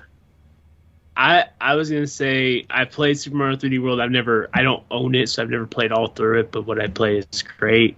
But I hear a lot of people mixed on Bowser's Fury, but it's a remake. Mario Party Superstars is remakes of the old games, and It Takes Two doesn't count, and Pokemon Snap shouldn't win anything. So WarioWare should get the win. Get the win. Might be WarioWare. Might be WarioWare. Yeah. And real quick, since you mentioned like games like not new, so to speak, people should check out one of our banters written by, I believe it's Shane Kelly. The Game Awards take place in January. I was curious about like late November games, and mm-hmm. I mean they could deserve an award, but it's like, I think, would you even consider it? I think the thinking is, which I've heard this on a couple of podcasts as well, is like, once the calendar year flips over, nobody cares. Everybody always wants to look ahead, right? And the end of the year is like when we celebrate the year behind us. And once the calendar flips, nobody wants to think about the games that came out last year because they're automatically old games. It's a good point. But also, like, you're going to miss Halo. You're going to miss, what was the other game? Not Forza, that got snubbed, that just came out very recently. Shin Megami Tensei, although I don't know if that really needs to be in any of these award things. You would if it's in the RPG one. Oh, is it? Yeah. Then I believe so. Well, it's got one nomination. Then I don't know. I messed up. I'm sorry, commenters. Let's move on. Yeah, what's our next thing? That's fine. Best fighting. Who wants to talk about that? You know what? Yeah, I'll do it. All right, so best fighting. This category is described as for the best game designed primarily around head-to-head combat. In the hot seat, we have Demon Slayer, Guilty Gear Strive, Melty Blood, type Lumina, Nickelodeon All-Star Brawl, and then Virtual Fighter 5 Ultimate Showdown. Now, VF5 Ultimate Fighter Showdown is kind of interesting because that was technically like a free game for a hot minute. Also, didn't Virtual Fighter 5 come out on PS3 and Xbox 360 and they're still doing content for it? Yeah. I mean, Sega, I love you, okay? We're buds since the 90s. I bought all your stupid Sonic games. I bought your megalithic 32X mixed with Sonic and Knuckles mixed with Sonic 2 in it and attached you to the CD-ROM. Okay, I got all that garbage. I got your Sega Saturn even though you didn't promote it correctly.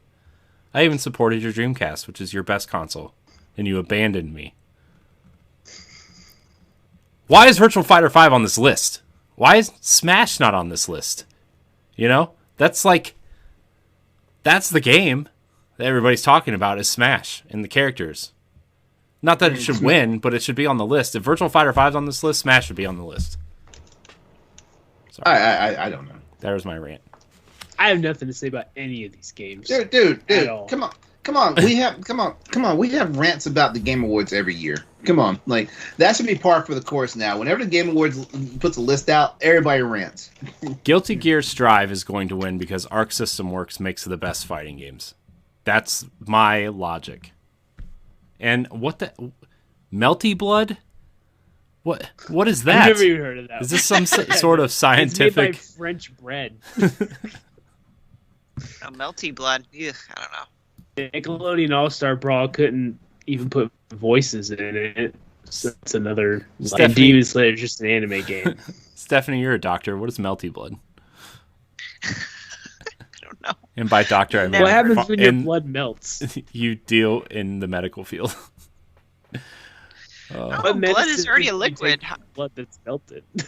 Did you freeze it? Is it like? Yeah. Is that like some serial killer's thing? You know how each serial killer has a thing where they just freeze people's blood and then they pull it out like a popsicle and. Right. They melt it and spread it across their pizza crust. Yeah. Nice pizza pie. Best role-playing game, best RPG. Who wants to do this one? This is where Shin Megame's in here. Yeah. Austin, you haven't done a thing yet.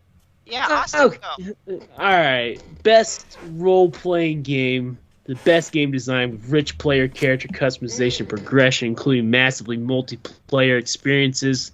We got Keanu Reeves' Cyberpunk 2077. We got Monster Hunter Rise. We got Scarlet Nexus. We got Shin Megami Tensei 5. We got Tales of Arise. Let me tell you, I've only played one of these games, and it was awesome. And that was Scarlet Nexus. Yeah, Scarlet Nexus is pretty awesome cool. Game. I downloaded it. It was like the game I was going to play, and then Halo dropped surprisingly, and I was like, well, I gotta abandon this game, so I'm going to play Halo. But what I played of Scarlet Nexus was cool. Oh, it only gets better too. The more abilities of people you add, it's awesome. It's great. So, Keighley Logic says Cyberpunk's going to win. Yeah. Corey Logic says Cyberpunk is barely an RPG. Which, by the way, how does this count since it came out last year? Because it came out in December last year. It came out after the cutoff. It came out the end after the cutoff. Yeah. Any game after November 22nd last year is eligible. I feel like people will riot, like actually riot, if Cyberpunk 2077 wins. Yeah. We'll get ready. Get ready. Personally, I think Monster Hunter Rise is going to win. From what I've played of Tales of Arise, the game's fucking awesome. The game's badass. Dude, that game is awesome. I've got 3 out of the 5 games on this, and Tales of Arise actually goes toe to toe with the other 2. Like, I mean, everyone knows I enjoyed Cyberpunk. I did, but I had a more pleasurable experience with Cyberpunk than the average player did, the average gamer did. Yeah, I mean, I played and finished Cyberpunk also. I liked my time with Cyberpunk. I enjoyed the game. It wasn't anything special. Yeah, same thing. I can say that. Yeah. And everybody knows. Like, if this was the LeRon Awards, Monster Hunter Rise has this category. God, Monster Hunter would win every category. It would win best fighting game. Yes, it would win best. It would win best family game. You're fighting those big ass monsters. It's a fighting game. Family game. Like, grab 3 of your siblings or grab your parents and go fight monsters. I don't know. Tales of Arise, though. If the next 39 hours are as good as the first hour, I think, dude, that game. Yeah. Tales of Arise has some phenomenal production value. Yeah. It does. Yeah. Yeah. First time producer, by the way, on this game, too. So, he knows what he's doing. Well, I don't want to assume. It's a man, but I think it is. So I think Monster Hunter is going to win this category for sure. Yeah, I think so too. All right, best action adventure game, guys. Who's ready for this? This one, yeah. Marvel's Guardians of the Galaxy. Good surprise there. Metroid Dread. Awesome game, although it makes me feel like an idiot. Psychonauts 2. It's a decent game. Ratchet and Clank Rift Apart. And Resident Evil Village. Man. Good selection here. I think This, yeah. I think Guardians of the Galaxy, I like. I just don't see them winning this. Yeah. Now Jeff Keighley has a say in it.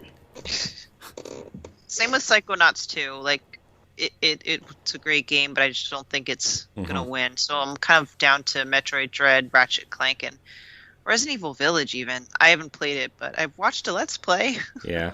Psychonauts 2, by the way, Phil Spencer's game of the year, he says. Kind of biased, I guess, since he owns the studio. But yeah, I do too. I don't think Phil would lie, because he said one year that Last of Us was his game of the year. So, I've only played one of these, but I plan on playing all 5 of these. These are all 5 games I want to play. I think Metroid Dread will probably win. I think it's huge and it released at a good time. It's on everyone's memory, whereas Ratchet and Clank and Psychonauts 2 and Resident Evil were at the... Well, Resident Evil, Ratchet and Clank were more early in the year, and then Psychonauts 2 kind of... See, here... I think Psychonauts 2 got a little overpassed just because there's too many games on Game Pass sometimes to where people aren't getting that one jolt of, like, everyone's playing this game. Yeah, I think there's so much to play. I think Psychonauts fans were really excited on Psychonauts 2. I don't know how many people played it outside of Psychonauts fans. Right. And I think did this game come out about the same time as like Death Door on Xbox? Because I feel like I think it came out the week after. Because everyone was talking about Death's Door, but I knew only a couple people who talked about Psychonauts 2. Unfortunately. Death's Door, by the way. I can't wait. I scanned all the list. That game wasn't even on here. Death's Door? Yeah. It's not on anything? I don't recall seeing it. Like, I scanned every list. I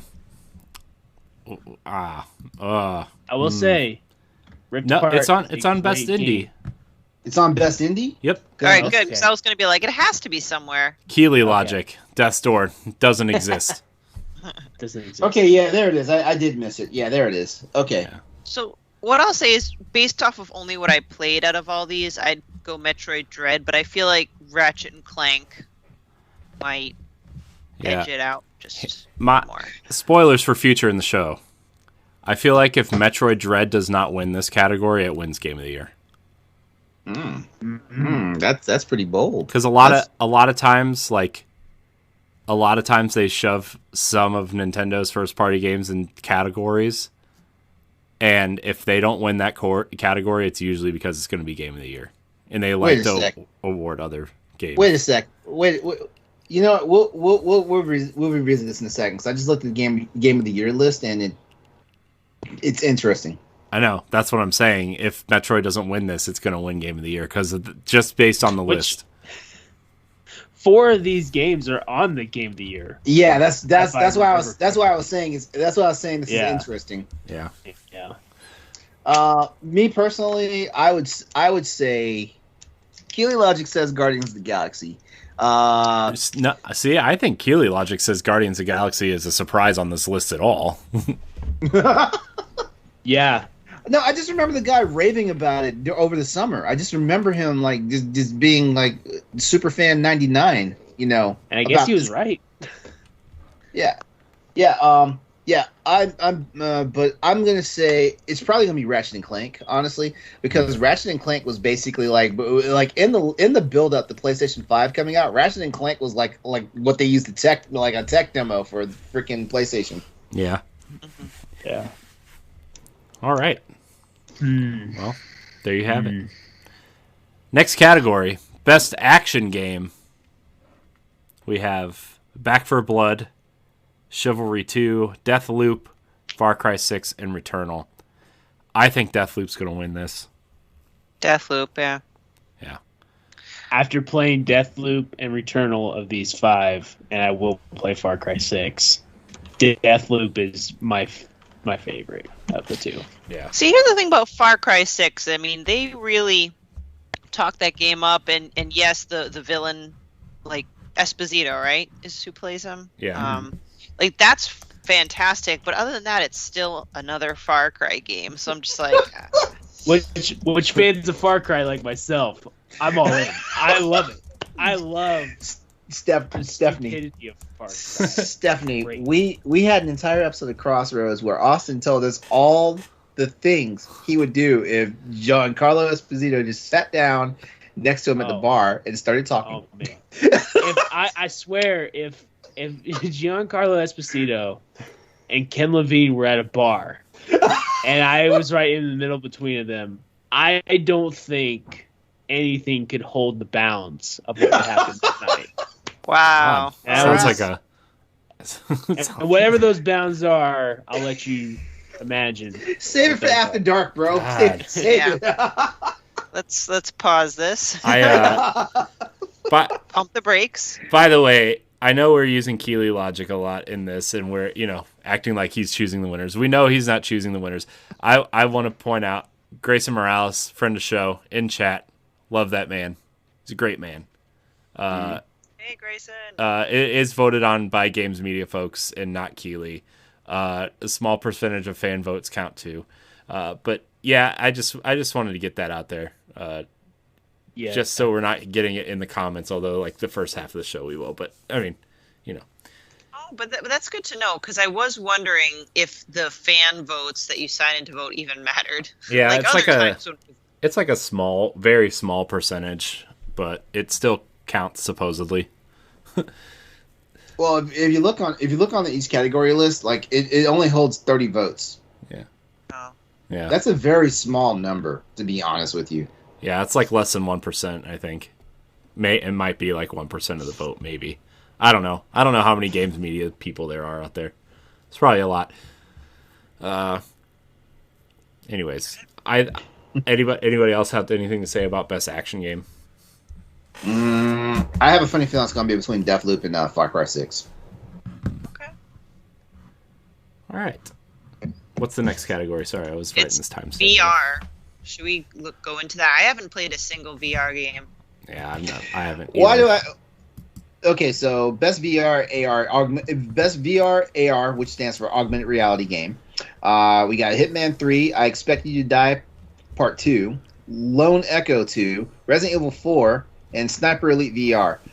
I hate to say it, but it's for some strange reason Resident Evil 4 is like the darling of the gaming community. So I have a funny feeling that even though no one's ever played this game in VR, like it's going to be the game that takes the title. See, I think Hitman is going to win because more people have PlayStation VR than they do the Quest 2 or whatever. Yeah. And Hitman is also not nominated for anything else, and they want to win an award. So you're saying it's a throwaway award? I mean, out of this list, like, it's between Resident Evil 4 and Hitman 3, and Hitman 3 isn't nominated for anything else. So I think Resident Evil 4 will get it though, because it's like Half-Life last year. Like, this is the game that everyone's talking about. Yeah. I'm telling you, I feel like I just feel like Resident Evil, like it just like there's something about Resident Evil 4 which I don't understand, because like Resident Evil 4 is not even one of my favorites in like the entire franchise. I don't like Resident Evil 4, to be honest with you at all. Yeah, I don't like it either, actually. I've tried so many times. I tried on the Wii, which people said was the best version. I own the GameCube version. I even tried playing it on Xbox One, and it's just like, I don't know. I just can't get into it. I think it's the whole, you can't use the camera and aim with the right stick, right? Like, I think that's the biggest thing, is it's still stuck on that single stick shooter, old school style. So yeah, if you want the best Resident Evil 4 experience, play Dead Space 1. Mm-hmm. Yeah. All right. Innovation and accessibility. Who wants to throw these games out there? Sure. Far Cry 6, Forza Horizon 5, Guardians of the Galaxy, Ratchet and Clank Rift Apart, and very interesting, The Veil, Shadow of the Crown, which I favor for this category. What is that unique. game? So I've only I'm gushing about it because I've heard so much about it. It's a game. Have I heard an EXP cast where it's all audio? It's not visual. Ooh. So you play based off of how you're hearing, things. And I know I'm not doing it justice, but let me see if I can get a quick. That sounds really interesting. I forgot that's what the name was of the game, but when Stoy was talking about that, I was like, oh, that's totally different than anything else. Yeah. Okay. Yes. Yeah. See, this is why I think it really. So it's an audio-based adventure game, developed by indie studio Falling Squirrel, and it was developed in collaboration with the Canadian National Institute for the Blind. So it was made and tested by blind and low vision players. Oh wow. Yeah. That sounds really cool. Actually. That's innovative as shit. Yeah. Right. Yeah. So I bet that wins just based off that alone. Yeah. I know Ratchet and Clank did a lot of different things, kind of like how Last of Us had had a bunch of stuff added to it. I don't know about the other 3 games what they did, but I feel like the Veil is just so much. It's so different compared to anything else that it'd be a weird thing if it didn't win. I remember reading some stuff about what Far Cry 6 was doing, but for the life of me, I can't remember what they detailed on it. So I know there was some stuff for innovation and accessibility on that as well. Mm-hmm. I don't know what Forza Horizon 5 was doing, and I don't even know what Guardians of the Galaxy was doing. But so yeah, but Guardians had a lot of options in their menus, similar to, I don't know if you guys went into Shadow of the Tomb Raider's menu systems or not, but it has a lot of accessibility options for impaired players, not to the extent of what the Veil seems to, but that studio, Eidos Montreal, does a lot of stuff for accessibility. Mm-hmm. So, Forza, I think, also has a few things, although I never really went into the menus to look at it, so I don't know what is and what isn't accessible. Mm-hmm. But I mean, I think they actually have a whole the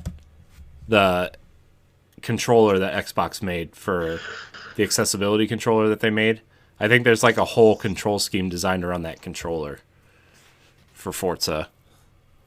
So, but I think the Veil wins by a long shot just because of what Stephanie said. For sure. Yeah. All right. Best community support. There's a lot of old games on this list, guys. I will say, I think Final Fantasy XIV Online deserves some love this year because they've even grown more.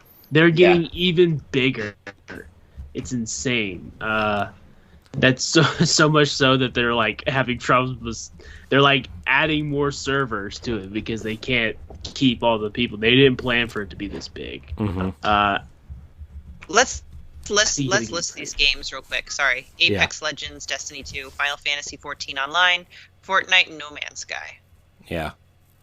I think No Man's Sky got the award last year, so I don't think it's going to win it again. Yeah, I think based on all the things that happened with Final Fantasy XIV this year, I think that wins.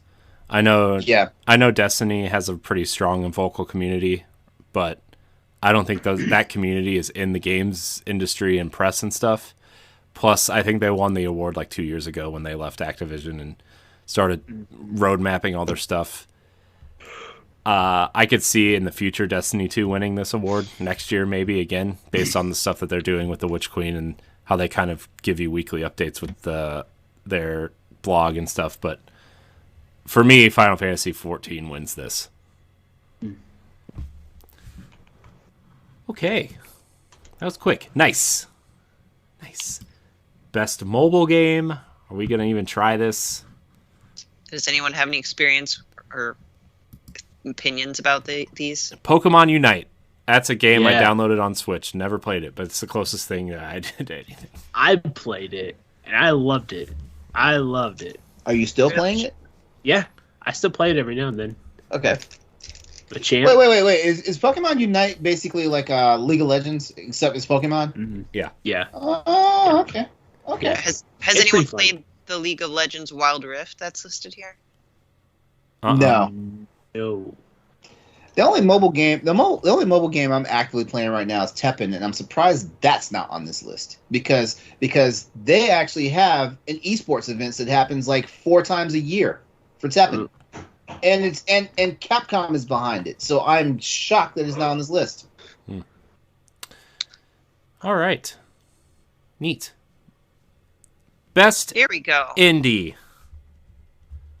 12 minutes. Death's Door. Inscription, sorry, Kena, Bridge of Spirits, and Loop Hero.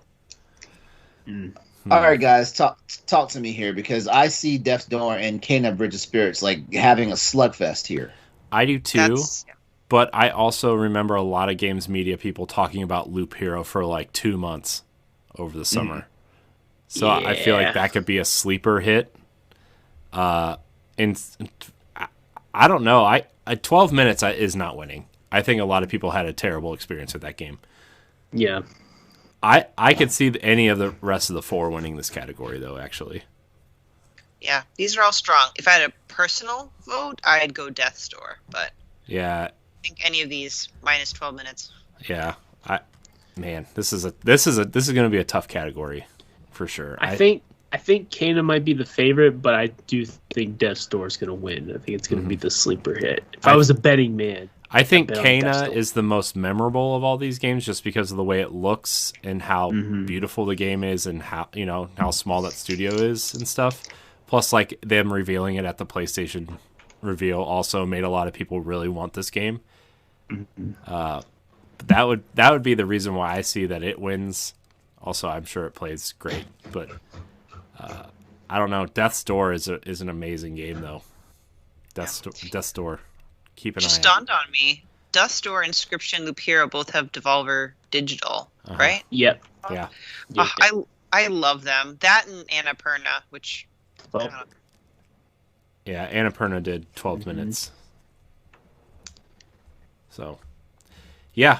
Best indie. This is a good category. This is one to watch for sure. Yep. No chicory though, which is a shame. Oh, again, yeah. Yep. Sorry, no chicory. Don't worry, it's gonna be on the Boss Rush Game of the Year awards. I guarantee you that. They must hate that game.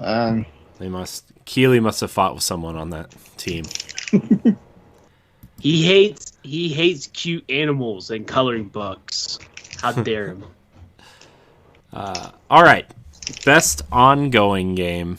I swear this is like a repeat of another category. It is. Right. Oh man, Destiny 2's not on this list. That surprises me. Honestly, with all the stuff they did this year to make that game like better, I'm shocked that this game is on here.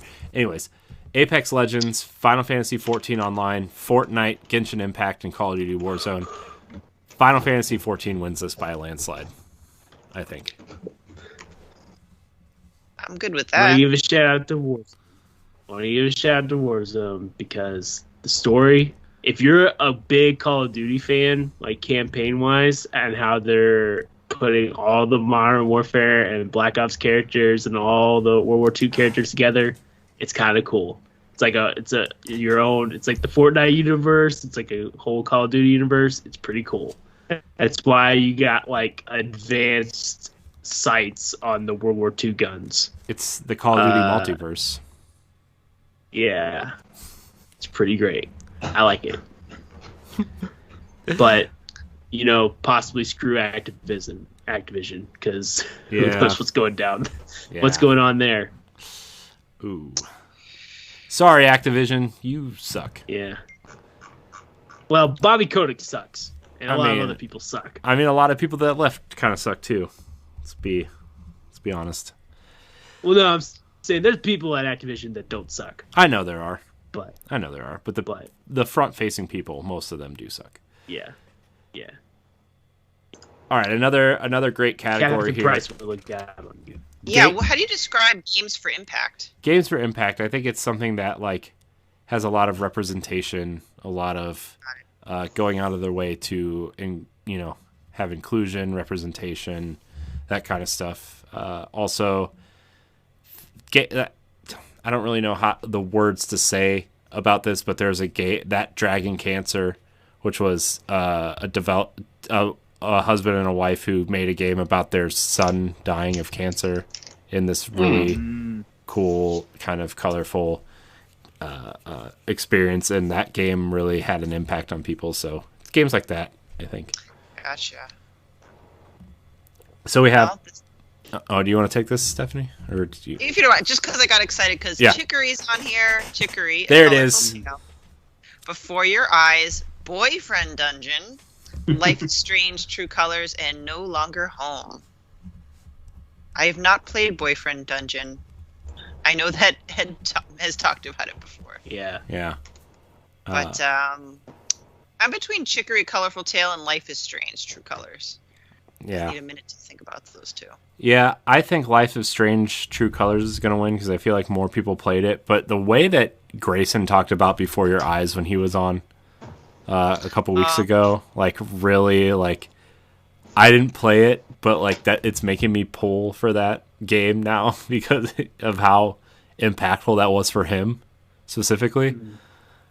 Is that the one where like it watches you and like if you blink it like fast forwards in time? Oh yeah.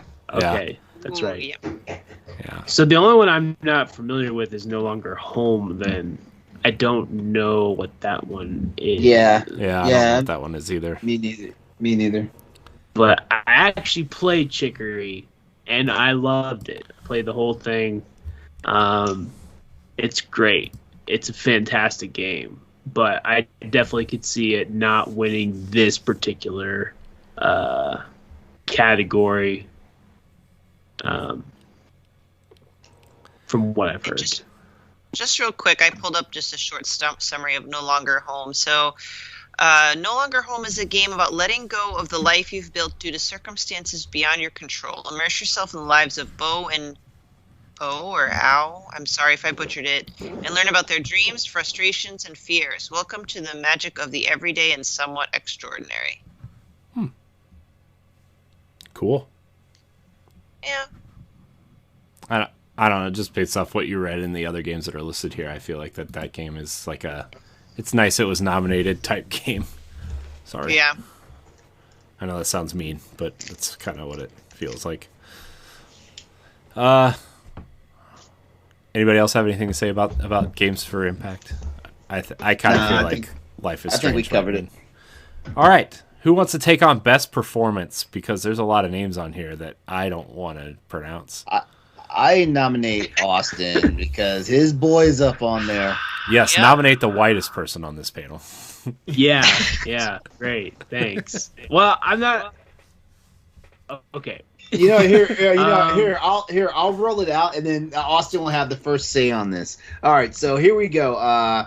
Nominations for Best Performance. These are awarded to an individual for voiceover acting, motion, and/or performance capture. We have Erica Mori as Alex Chen from Life is Strange: True Colors. We have Giancarlo Esposito as Anton Castillo in Far Cry 6. We have Jason Kelly as Colt Vaughn in Deathloop. We have Maggie Robertson as Lady Dimitrescu from Resident Evil Village. Guess what? She's not as tall as she is in the game. Are you sure? And then we have Azoima Akaga as Juliana Blake in Deathloop. All right, Austin, you're up. Now, I want to preface this. Here we go. Well, this is not going the way you think it's going. Is Maggie Robertson the one who passed? Wait, no. I don't think she was the one that passed away. It was someone. So she's the voice actor. It was the motion capture. Well, I'm blanking on the name. I thought the person who passed away was one of the sisters. Was one of the sisters? Yeah, it was one of the sisters. Oh, okay. Yeah, it wasn't Lady Dominatrix that you know. Okay. I'm gonna be. This is also gonna shock you. I have not played Far Cry 6, so I have not gotten the full detail. I do love Giancarlo Esposito. I loved him in the trailers that I did see. But Jason Kelly and Aziama, I would say, is how you pronounce her name. Yeah, Aziama. They're both fantastic in Deathloop. They're awesome. They're I love their characters so much, and the way they talk shit to each other in the game is fucking rad. It's great. I have to give I think I have to go a little bit more on Jason Kelly's side, just because his character resonates with me. Just like the way that he like talks to himself and like gets down on himself and then builds himself up, and it's just like, I don't know, it's like he's inside my head almost. I'm like, this is how I would talk. This is how I talk on a normal basis. So, but I would give my vote to Jason Kelly, to be quite honest. As much as I like Giancarlo Esposito. Okay, that's very fair of you. I feel like a lot of things I hear about Deathloop, the acting in it is what a lot of people like about it, and I tend to lean towards what Austin says. I do think a lot of people like Juliana better than Colt. I'm trying to. She's cooler because of how Juliana's a lot. Because of how the internet thirsted over her character. Is that why? No, that would have been Lady D. Well, Lady D was definitely. Juliana's cool. Like, she's a cool character in Deathloop. Colt, like Jason Kelly's character is Colt. He's kind of a dimwit. He's like, I don't know. He's kind of a dummy. He's a lovable dummy, which I recognize with. So I can understand people liking Juliana better. But I mean, Lady D might just win just because all everybody's the thirsty. boys come to the yard. Yeah, I feel like all the boys get to the yard. I think Lady Dimitrescu will win this one. I don't know. Yeah, I kind of feel that. Feeling. I feel that way too. But I also didn't play True Colors either, like at all. So who knows? She could have been great. Well, I feel like that's another part where I think more people played Deathloop than Life is Strange, and they're gonna vote for the people that that played the game. They connect with. Yeah, they connect with better. Yeah. So that's where I'm at. I don't know if anyone played Resident Evil 8: The Village when Lady D like threw that vanity across the room. I think I think that alone is like a winning performance. Yeah, that's fair. All right, best audio design. We have Deathloop, Forza Horizon 5, Ratchet and Clank Rift Apart, Resident Evil Village, and Returnal.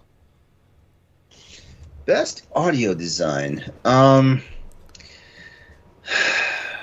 know what I will do is I will rate these in order by how audio design was used. So I'm going to rate these in order from top to bottom. I'm going to say Resident Evil Village, Ratchet and Clank, Returnal, Forza, and Deathloop.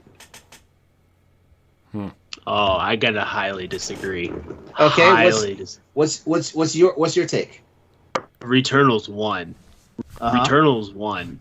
It's the sound in that game, like the sound, the art style, like how like the graphics work, how the controller works is so cool. Like it's designed so well, and you can tell when enemies are behind you just by listening to it. Like anyone playing that game without headphones is not playing it right. It needs to be played on there.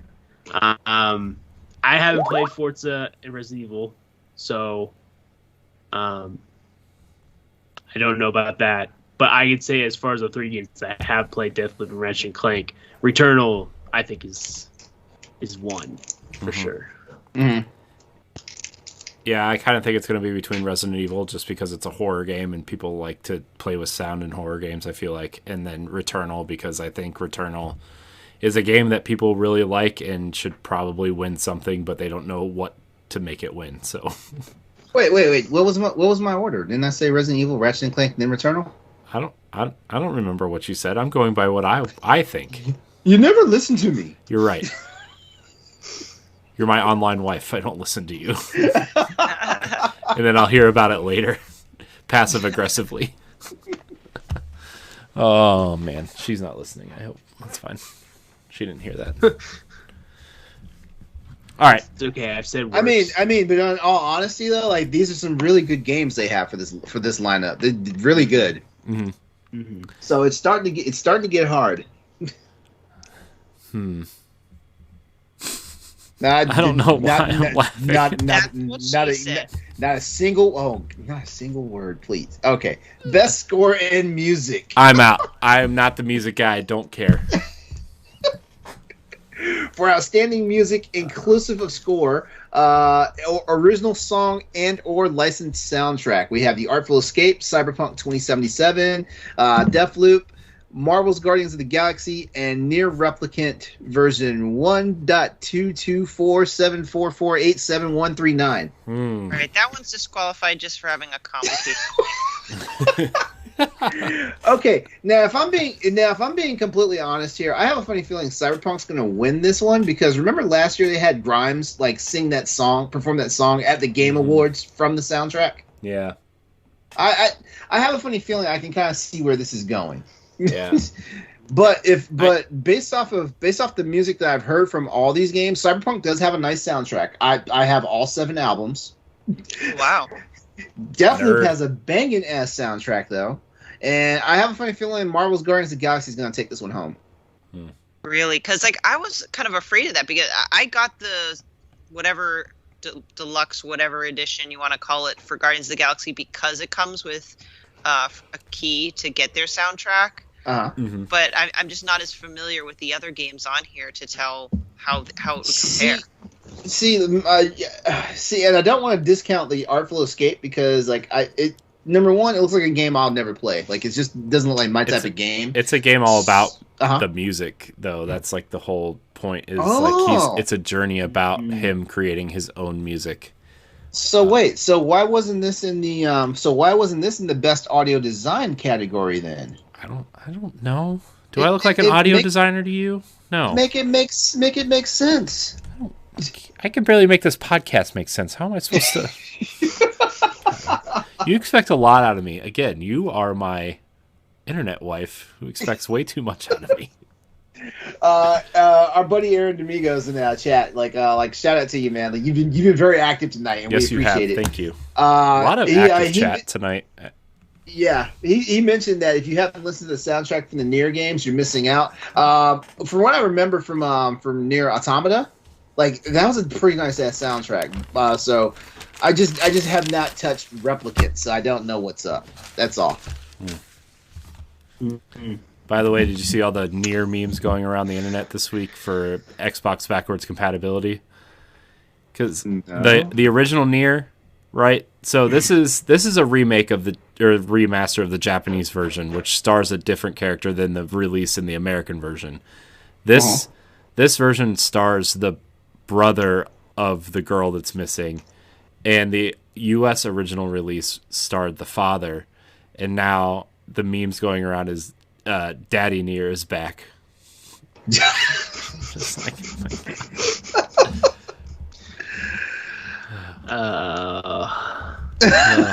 I haven't played Nier Replicant, but Nier's original soundtrack was really good. Guardians of the Galaxy, I mean, does it include the licensed music? Yeah, like that's the thing. If it does, like that to me should like that shouldn't count. It should be disqualified for that, right? Or at least don't judge it based on the licensed music. Yeah. So I like Deathloop's soundtrack. And I don't know anything about the Artful Escape, although I probably would like it. I feel like I would like the Artful Escape soundtrack if I just knew what it was. My vote's on Nier, though. The Nier soundtrack's great, but I don't know if it's much different than Nier Replicant. Yeah. All right. Well. Anyways. All right, we're getting near the top. We are. Mm-hmm. Best art direction. The Artful Escape, Deathloop, Kena Bridge of Spirits, Psychonauts 2, and Ratchet & Clank Rift Apart are your categories. For me, I think Psychonauts 2 actually has a chance at winning this because of, I don't know if any of you guys played this, but every level is a different personality, and the level is designed around this person's personality, and one could be super colorful and vibrant, and one looks like you're tripping acid, and one is kind of dark and kind of just depressing, and then one of the levels is kind of hand-drawn chalk kind of level one. Some of the side stuff is like you're in a doctor's office, but you're jumping through the x-rays that they're hanging up on the light board and stuff, and it's like there's a lot of really cool art direction in Psychonauts, to the point where I'm like, if this doesn't win, I might be disappointed, even though I'm not like the biggest Psychonauts fan. It does a lot with art direction. Yeah. I say it's between Psychonaut and Kana. I mean, like visual, like Deathloop is a very visually striking game, as well as Ratchet and Clank. But in all seriousness, Ratchet and Clank, okay, all seriousness, like Ratchet and Clank is a beautiful game, but guess what? It also looks like every other Ratchet and Clank game, except with higher fidelity graphics. So yeah. I hate to say it, because like it's actually a contender for one of my top game of the years, just from games I played this year. But But Kena Bridge of Spirits, when you look at it, Kena Bridge of Spirits looks like a freaking it looks like it should be a freaking Pixar movie. Yeah. So, and like I said, I wish I knew more about the Artful Escape. Like, the more you guys talk about it, the more I'm going to have to check it out. Because like I said, like at face value, it looks like a game I would never want to play. But you guys have talked about it enough that I'm going to look into it. I remember seeing the trailer for the Artful Escape, and it was, to me, something like, if I were to ever take acid, that's what I would see. Oh, no. But not in a bad way. It's just like this explosion of color, and it kind of reminds me of like Psychonauts meets Tim Burton a little bit. Yeah. Oh, okay. Yeah. So that's not. I did not mean that in a negative way, but that's why I'm like, well, Artful Escape could possibly be a contender, because it just went in a completely different direction as well. So yeah, I agree with LeRon. I think it's got to be Kana or Psychonauts 2. I think Psychonauts 2 is the game, even though I haven't played it, I think that's the game I would want to win, because I love more interesting new ideas. But there's no doubt you can't deny what Kana looks like. It looks like a Pixar movie. It looks great. It looks like it should be on Disney Plus, streaming now. But now Stephanie said that, all I could think of, I didn't even mention the Radiohead experience I played. It was an acid trip for sure. I'm glad that I was prepared to take a trip like that. That's all I'll say. Is it a short game? Is it short? Yeah, it took me maybe an hour and a half to get through. It's a way to experience the album, and depending on how you act on certain things, if you get easily horrified, maybe don't. Maybe just play it. So, you know what? I honestly like when musicians and artists and stuff take risks like that, because it's very few and far between. Like Pink Floyd, like the Wall album, didn't they make an entire music basically like a long form music video for that entire album? Daft Punk and Interstellar 5555, that was they took an anime movie and just scripted it completely from the Discovery album for Daft Punk. So I appreciate stuff like that, especially with music, because when you fuse, if you do, you should check this out. You should check this out if you appreciate stuff. I have it both loaded up on my PC and my PS5. So I'm just trying to. I might actually play on the PS5, because now that I got my TV kitted out with that light system, I need to see this. Yeah, that's right. I need to see this. Yeah. But stuff like that, this is how you get people to appreciate music a little bit better, because music and art at the same time, actually, so I'm down for stuff like that. Neat. All right, we only have a couple more here to go. Best narrative is the next category. We have Deathloop, It Takes Two, Life is Strange, True Colors, Marvel's Guardians of the Galaxy Psychonauts 2. I think It Takes Two runs away with this. Mostly because I liked what Psychonauts 2 did with the story, but it wasn't... I mean, it total really... fun is a really not the word you want to use with this, but it told like a really refreshing kind of fun story on dealing with mental health and the different ways you have to deal with mental health depending on situations you're in. I think that's really important. Obviously, Life is Strange is about inclusion, and that's really important to tell. Guardians of the Galaxy has a lot of cool, smaller moments. I don't know if the overarching story is really narrative. It's about family. Yeah. It's basically Fast and the Furious, but, you know. Aliens. And then Deathloop, I hear the character, like, the main characters are cool, but the story kind of not great. So I think It Takes Two, based on what the story they're telling, plus how deep the story is and where it goes, and the ending is, I think it runs away with it. Clearly runs away with this. Me and Ed got to play through it, but I think It Takes Two is probably the heavy favorite for narrative. I haven't got deep enough in the story for Deathloop to know if the story is that good, but I definitely like the characters more than I do the whole idea of it. Anybody else? I agree. I agree with what both you guys have said. Cool. All right, guys. Alright. Two more. Best game direction. A lot of familiar names here. Deathloop again. It Takes Two. Returnal. Psychonauts 2. And Ratchet & Clank Rift Apart. Boy, I tell you right now, I feel like It Takes Two and Ratchet and Clank to fight for this one.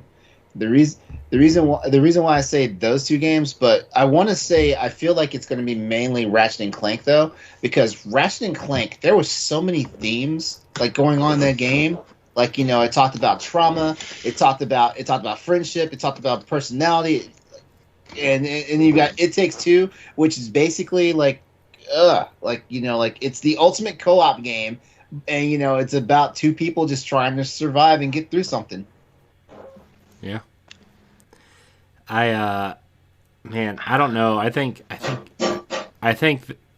Deathloop wins this just because, like, I feel like a lot of people really love this game, but it's not good enough to win Game of the Year, but it does something really, you know, I think people are starting to really appreciate what Arcane does in their games. And, I mean, I know Sony kind of shoved this game down our faces the last year and a half, but when it was initially revealed, that trailer and the art style and just like what they were trying to do with it really stood out. It was mind-blowing. Yeah. And like the 70s kind of like Art Deco style, like that kind of thing. And just, I don't know, I feel like Deathloop wins this just because of that alone. I'm gonna actually say, I'm gonna take a left here. I'm gonna say Returnal, because it's outstanding creative vision and innovation in game direction design. I think what Housemarque did was do what Hades did last year and even up the game for roguelikes. But they also did a lot of stuff with like the controller and, like I said earlier, the sound design. No game uses the PS5 DualSense more than Returnal does, as far as like your triggers and, you know, stopping or clicking whenever gun's empty or recharging, or you can feel the raindrops on the actual controller as it's falling. There's a lot of cool different stuff they did that I think Returnal breaks through. Deathloop is also new and interesting, but I think Returnal did a lot more than the other games. I don't know, Austin. I think your description kind of swayed me toward Returnal on this. And I'm also kind of getting in my own head where Returnal was nominated in the other categories. And I feel like if they were to take one, they'd take this one. Yeah, this is the one that I think it can take. There's a lot of problems with Returnal. I will be the first one to admit that. But I think when it comes to this in particular, I think they did a really good job. Maybe too well because, as a lot of people say, they also got really hard on some of the stuff. But I think it totally did something new. It did something new and refreshing in a genre that I particularly love. Yeah, I mean, it took their previous titles like Resogun and Super Stardust and turned it into a 3D or a third-person shooter, which is really kind of unheard of, really. Yeah. At this point, you know, I mean, there's like arcade shooters out there, but this did something like really unique in that space, and I think that alone probably gives it a little bit of an edge too. Now that you're kind of swaying me too. No, I don't like this. Shut up, Austin. Hey. Oh, Austin's good at this crap. I like a lot of these games. I played 3 of the 5. I definitely want to play the other 2, but I love Ratchet and Clank, and I'm not giving it any love on any of these on these lists. I feel like Ratchet and Clank was just like another solid entry in Ratchet and Clank that's kind of prettier, I guess. That's my opinion. Yeah, and honestly, real. I don't think it's the best Ratchet and Clank game either. It might be my 3rd favorite, maybe 4th. That's me. Okay, that's kind of low. So, like, yeah, we're not going to fight tonight, though. No, not tonight. No fighting tonight. You know what we are going to fight over? We'll fight later. You know what we are going to fight over? This Game of the Year list. Woo. Guys. Game of the Year.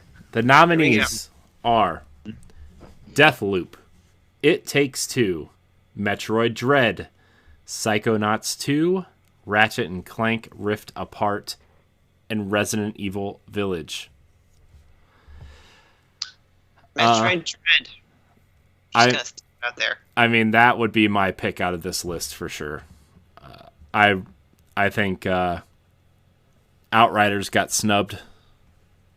Jerks. That's right. Where's the Outriders at? It wasn't on any of these lists. I'm very disappointed. I'm very disappointed. By the way, did you go back and play? I re-downloaded it and I started playing and I forgot what the hell I was doing. So like I had to like kind of go into what I was doing. But man, Outriders is so good. Game of the year. I just played some random. When you finish the story, you can just play like random missions, and that's all I did. Yeah, and I was like, man, this game is so much fun. I know, it's so fun. Psychonauts and Ratchet and Clank, I think, are not winning this for sure. I can agree with that. I feel like Psychonauts is like, yeah, this was a nice nod for them to get. I think there are better. I feel like there are better Xbox game studios out this year that, you know, better than this. But it's cool to see that Double Fine got the nod. I think also Ratchet and Clank is a visual showpiece for the PlayStation. I don't know if it's, like I said, the last category. I think it's another great entry to an already stellar franchise. Man, I really think Mercury Steam did something really wonderful with Metroid. I think that it's made me want to play Metroid games more and more. Yeah, it's they really, when I say revived a franchise, I know there's lots of Metroid fans and they have been releasing games throughout the years, but it's just, if you look at Nintendo's primary IPs, Metroid, its time was due. Mm-hmm. Or am I saying that right? I don't know. Yeah. Sleepy, and I just feel like the ability for Mercury Steam to really do Metroid justice, I feel like deserves that recognition. Mm-hmm. Yeah, it's definitely it's definitely revitalized love for the franchise for sure. I think it's made it more mainstream. It's already the best-selling Metroid game of all time, right? It's closing in on what they say, like 4 or 5 million at this point. Which is a lot for a 2-day Metroid game. It's I don't know. I think it's turned Metroid into a mid-tier franchise for Nintendo as something they want to look at pushing in the future for sure. Here's my thing. Game Awards. Why love Monster Hunter? Like you had 2 phenomenal Monster Hunter games come out this year. They only nominate good games, LeRon. Okay. All right. As I'm sitting here staring at Monster Hunter Rise to purchase because it's on sale.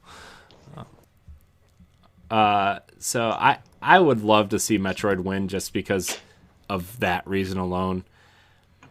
Man, it's to me it's between Metroid Dread and Deathloop. I think Resident Evil Village seemed like everybody loved it, but I feel like a lot of people think Resident Evil 7 is better. And so I feel like they are going to not win because of that fact. I don't know. Deathloop or Metroid Dread for me. I want Metroid Dread, but I think it's between those two. I think it's going to be those two. Out of the 2 games I played, it's Deathloop for me. But I think Metroid Dread will win because I just think it has so much hype around it, more than Deathloop does. And even after I play, Metroid, It Takes Two, Psychonauts 2, and Resident Evil Village, which I will, I still think Deathloop's probably going to be my favorite. I'd be happily surprised if any of them beats Deathloop for me. But I think Metroid Dread just has so much hype, especially for a franchise that seemed to not have a huge following, and now all of a sudden it's gigantic. Yeah, I mean, I think that's a big.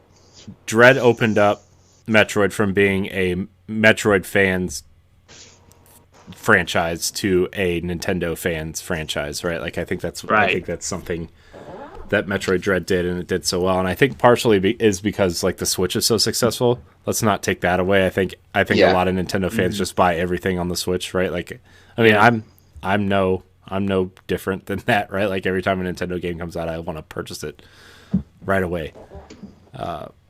But in turn, I think that helped a lot of people discover Metroid for the first time and discover how great this game is in turn. And I think that says a lot. I really do. Plus, like the marketing and stuff they put behind this game, like with all those Vidocs and the let's review the history of Metroid on Nintendo's YouTube channel, and what were they calling those things? Those 8 videos that they were doing, recounting like the story of Metroid or whatever on Nintendo's website. Like those were all super interesting and something they don't do for any other franchise. They marketed this game hard. I still see advertisements for Metroid Dread. And it's almost... I mean, Pokemon's out, and I'm still seeing ads for Metroid. So, I mean... I don't know. I would like to see Metroid Dread win, although I feel like a lot more people played and loved Deathloop. To me, based on the amount of people who played each game, I feel like Deathloop will probably win. But I want Metroid to win. As if I didn't say that already like 4 times. All right. We did it, guys. Woohoo! Go team. Yes. Yeah. Game Awards are happening. When are they? I don't even know when December they are. 8th. December 8th. Ooh, close. Yeah. Well, like you said, I'm kind of more interested in what will get announced, if anything gets announced. But hey, we'll take these awards in stride. Yeah. Anybody have anything they want to predict gets announced? Like one thing before we get out of here? Oh, ooh. I think Xbox is going to announce a new title here. Okay, that's way too broad. No, I think it's going to be Compulsion's next game. It's going to be Project Midnight, whatever that is. It's like a steampunk third-person shooter type game. I think the concept art looks really, really cool, and I really hope the game looks like the concept art. I'm going to go with low-hanging fruit here and go Twilight Princess, Wind Waker HD, either combined together or separate port. What are you doing to me? I'm already mad at you. Like, I feel like that's more likely than getting a title for the second Breath of the Wild. I feel like that's not going to happen until we're going to come times closer to the release. Anyway, I'm pissing Corey off. Man, you know what? No, I'm just gonna mute. I said at the beginning of this, I'm gonna say it now. NCAA football 23. Let's go. College football 23. At the Game Let's Awards? Go. Yeah, why not? Fuck it, let's do it. Let's do college football 23. You know what? I'm doing the Hail Mary on this one. Bully remake. Oh, Rockstar needs to take some attention off of their debacle right now at the Grand Theft Auto Definitive Collection. So hey, like they want to get people to stop talking about them in a negative light. That will do it. Yep. Bully expansion now free in Grand Theft Auto Online.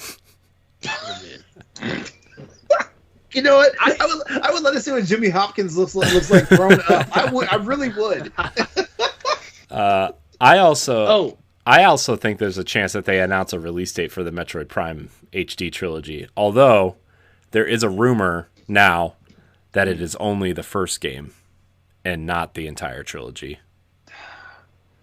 That's a little disappointing. Because I guess they're really struggling to get the controls down for Metroid Prime 3 because it was on the Wii. And I don't know. But like to me, you just move the motion to the right stick. Didn't they do that with Skyward Sword HD? Yep. Yeah. Just saying. That was my suggestion on Nintendo Power Block about 5 years ago. Was they just move the motion controls to the right stick and everything would work out fine. I guess Miyamoto, friend, old Miyamoto, Shiggy Miyamoto, my buddy, listen to our show. Good friend of mine. You know what? Next time somebody's in like an area where they know Miyamoto's going to be at, just drop like an iPod with this show loaded on directly to it, just right on his desk, just right where he's signing like autographs and whatnot. Just drop it right there. It just don't even say anything. Just drop it. Walk by him. And when he looks up at you, just give him that look and that wink, and keep walking. Shiggy me, that's what I call him. Shiggy me. All right, let's get out of here. I want to thank everybody for watching and/or listening to this episode of the Boss Rush Podcast. Remember, you can listen to the show every Wednesday night live on twitch.tv/Boss Rush Network or on YouTube and podcast services every Monday morning, as well as on our website, bossrush.net, where you can catch all of our content. Austin, thank you for joining us tonight. Appreciate your time. Yeah. I know you're a busy man. So anytime, man. I'm glad that I get tomorrow off. Yeah. I was quite shocked, actually. Yeah. They did ask. They did ask. They did ask. Where can we find you? You can find me at PlayStaustin on Twitter, and add me on PlayStation, add me on Switch. It's all out there. Just find me anywhere. I want to play more games with more people. Who knows what can happen? Let's see what happens. Yeah. LeRon, where can we find you?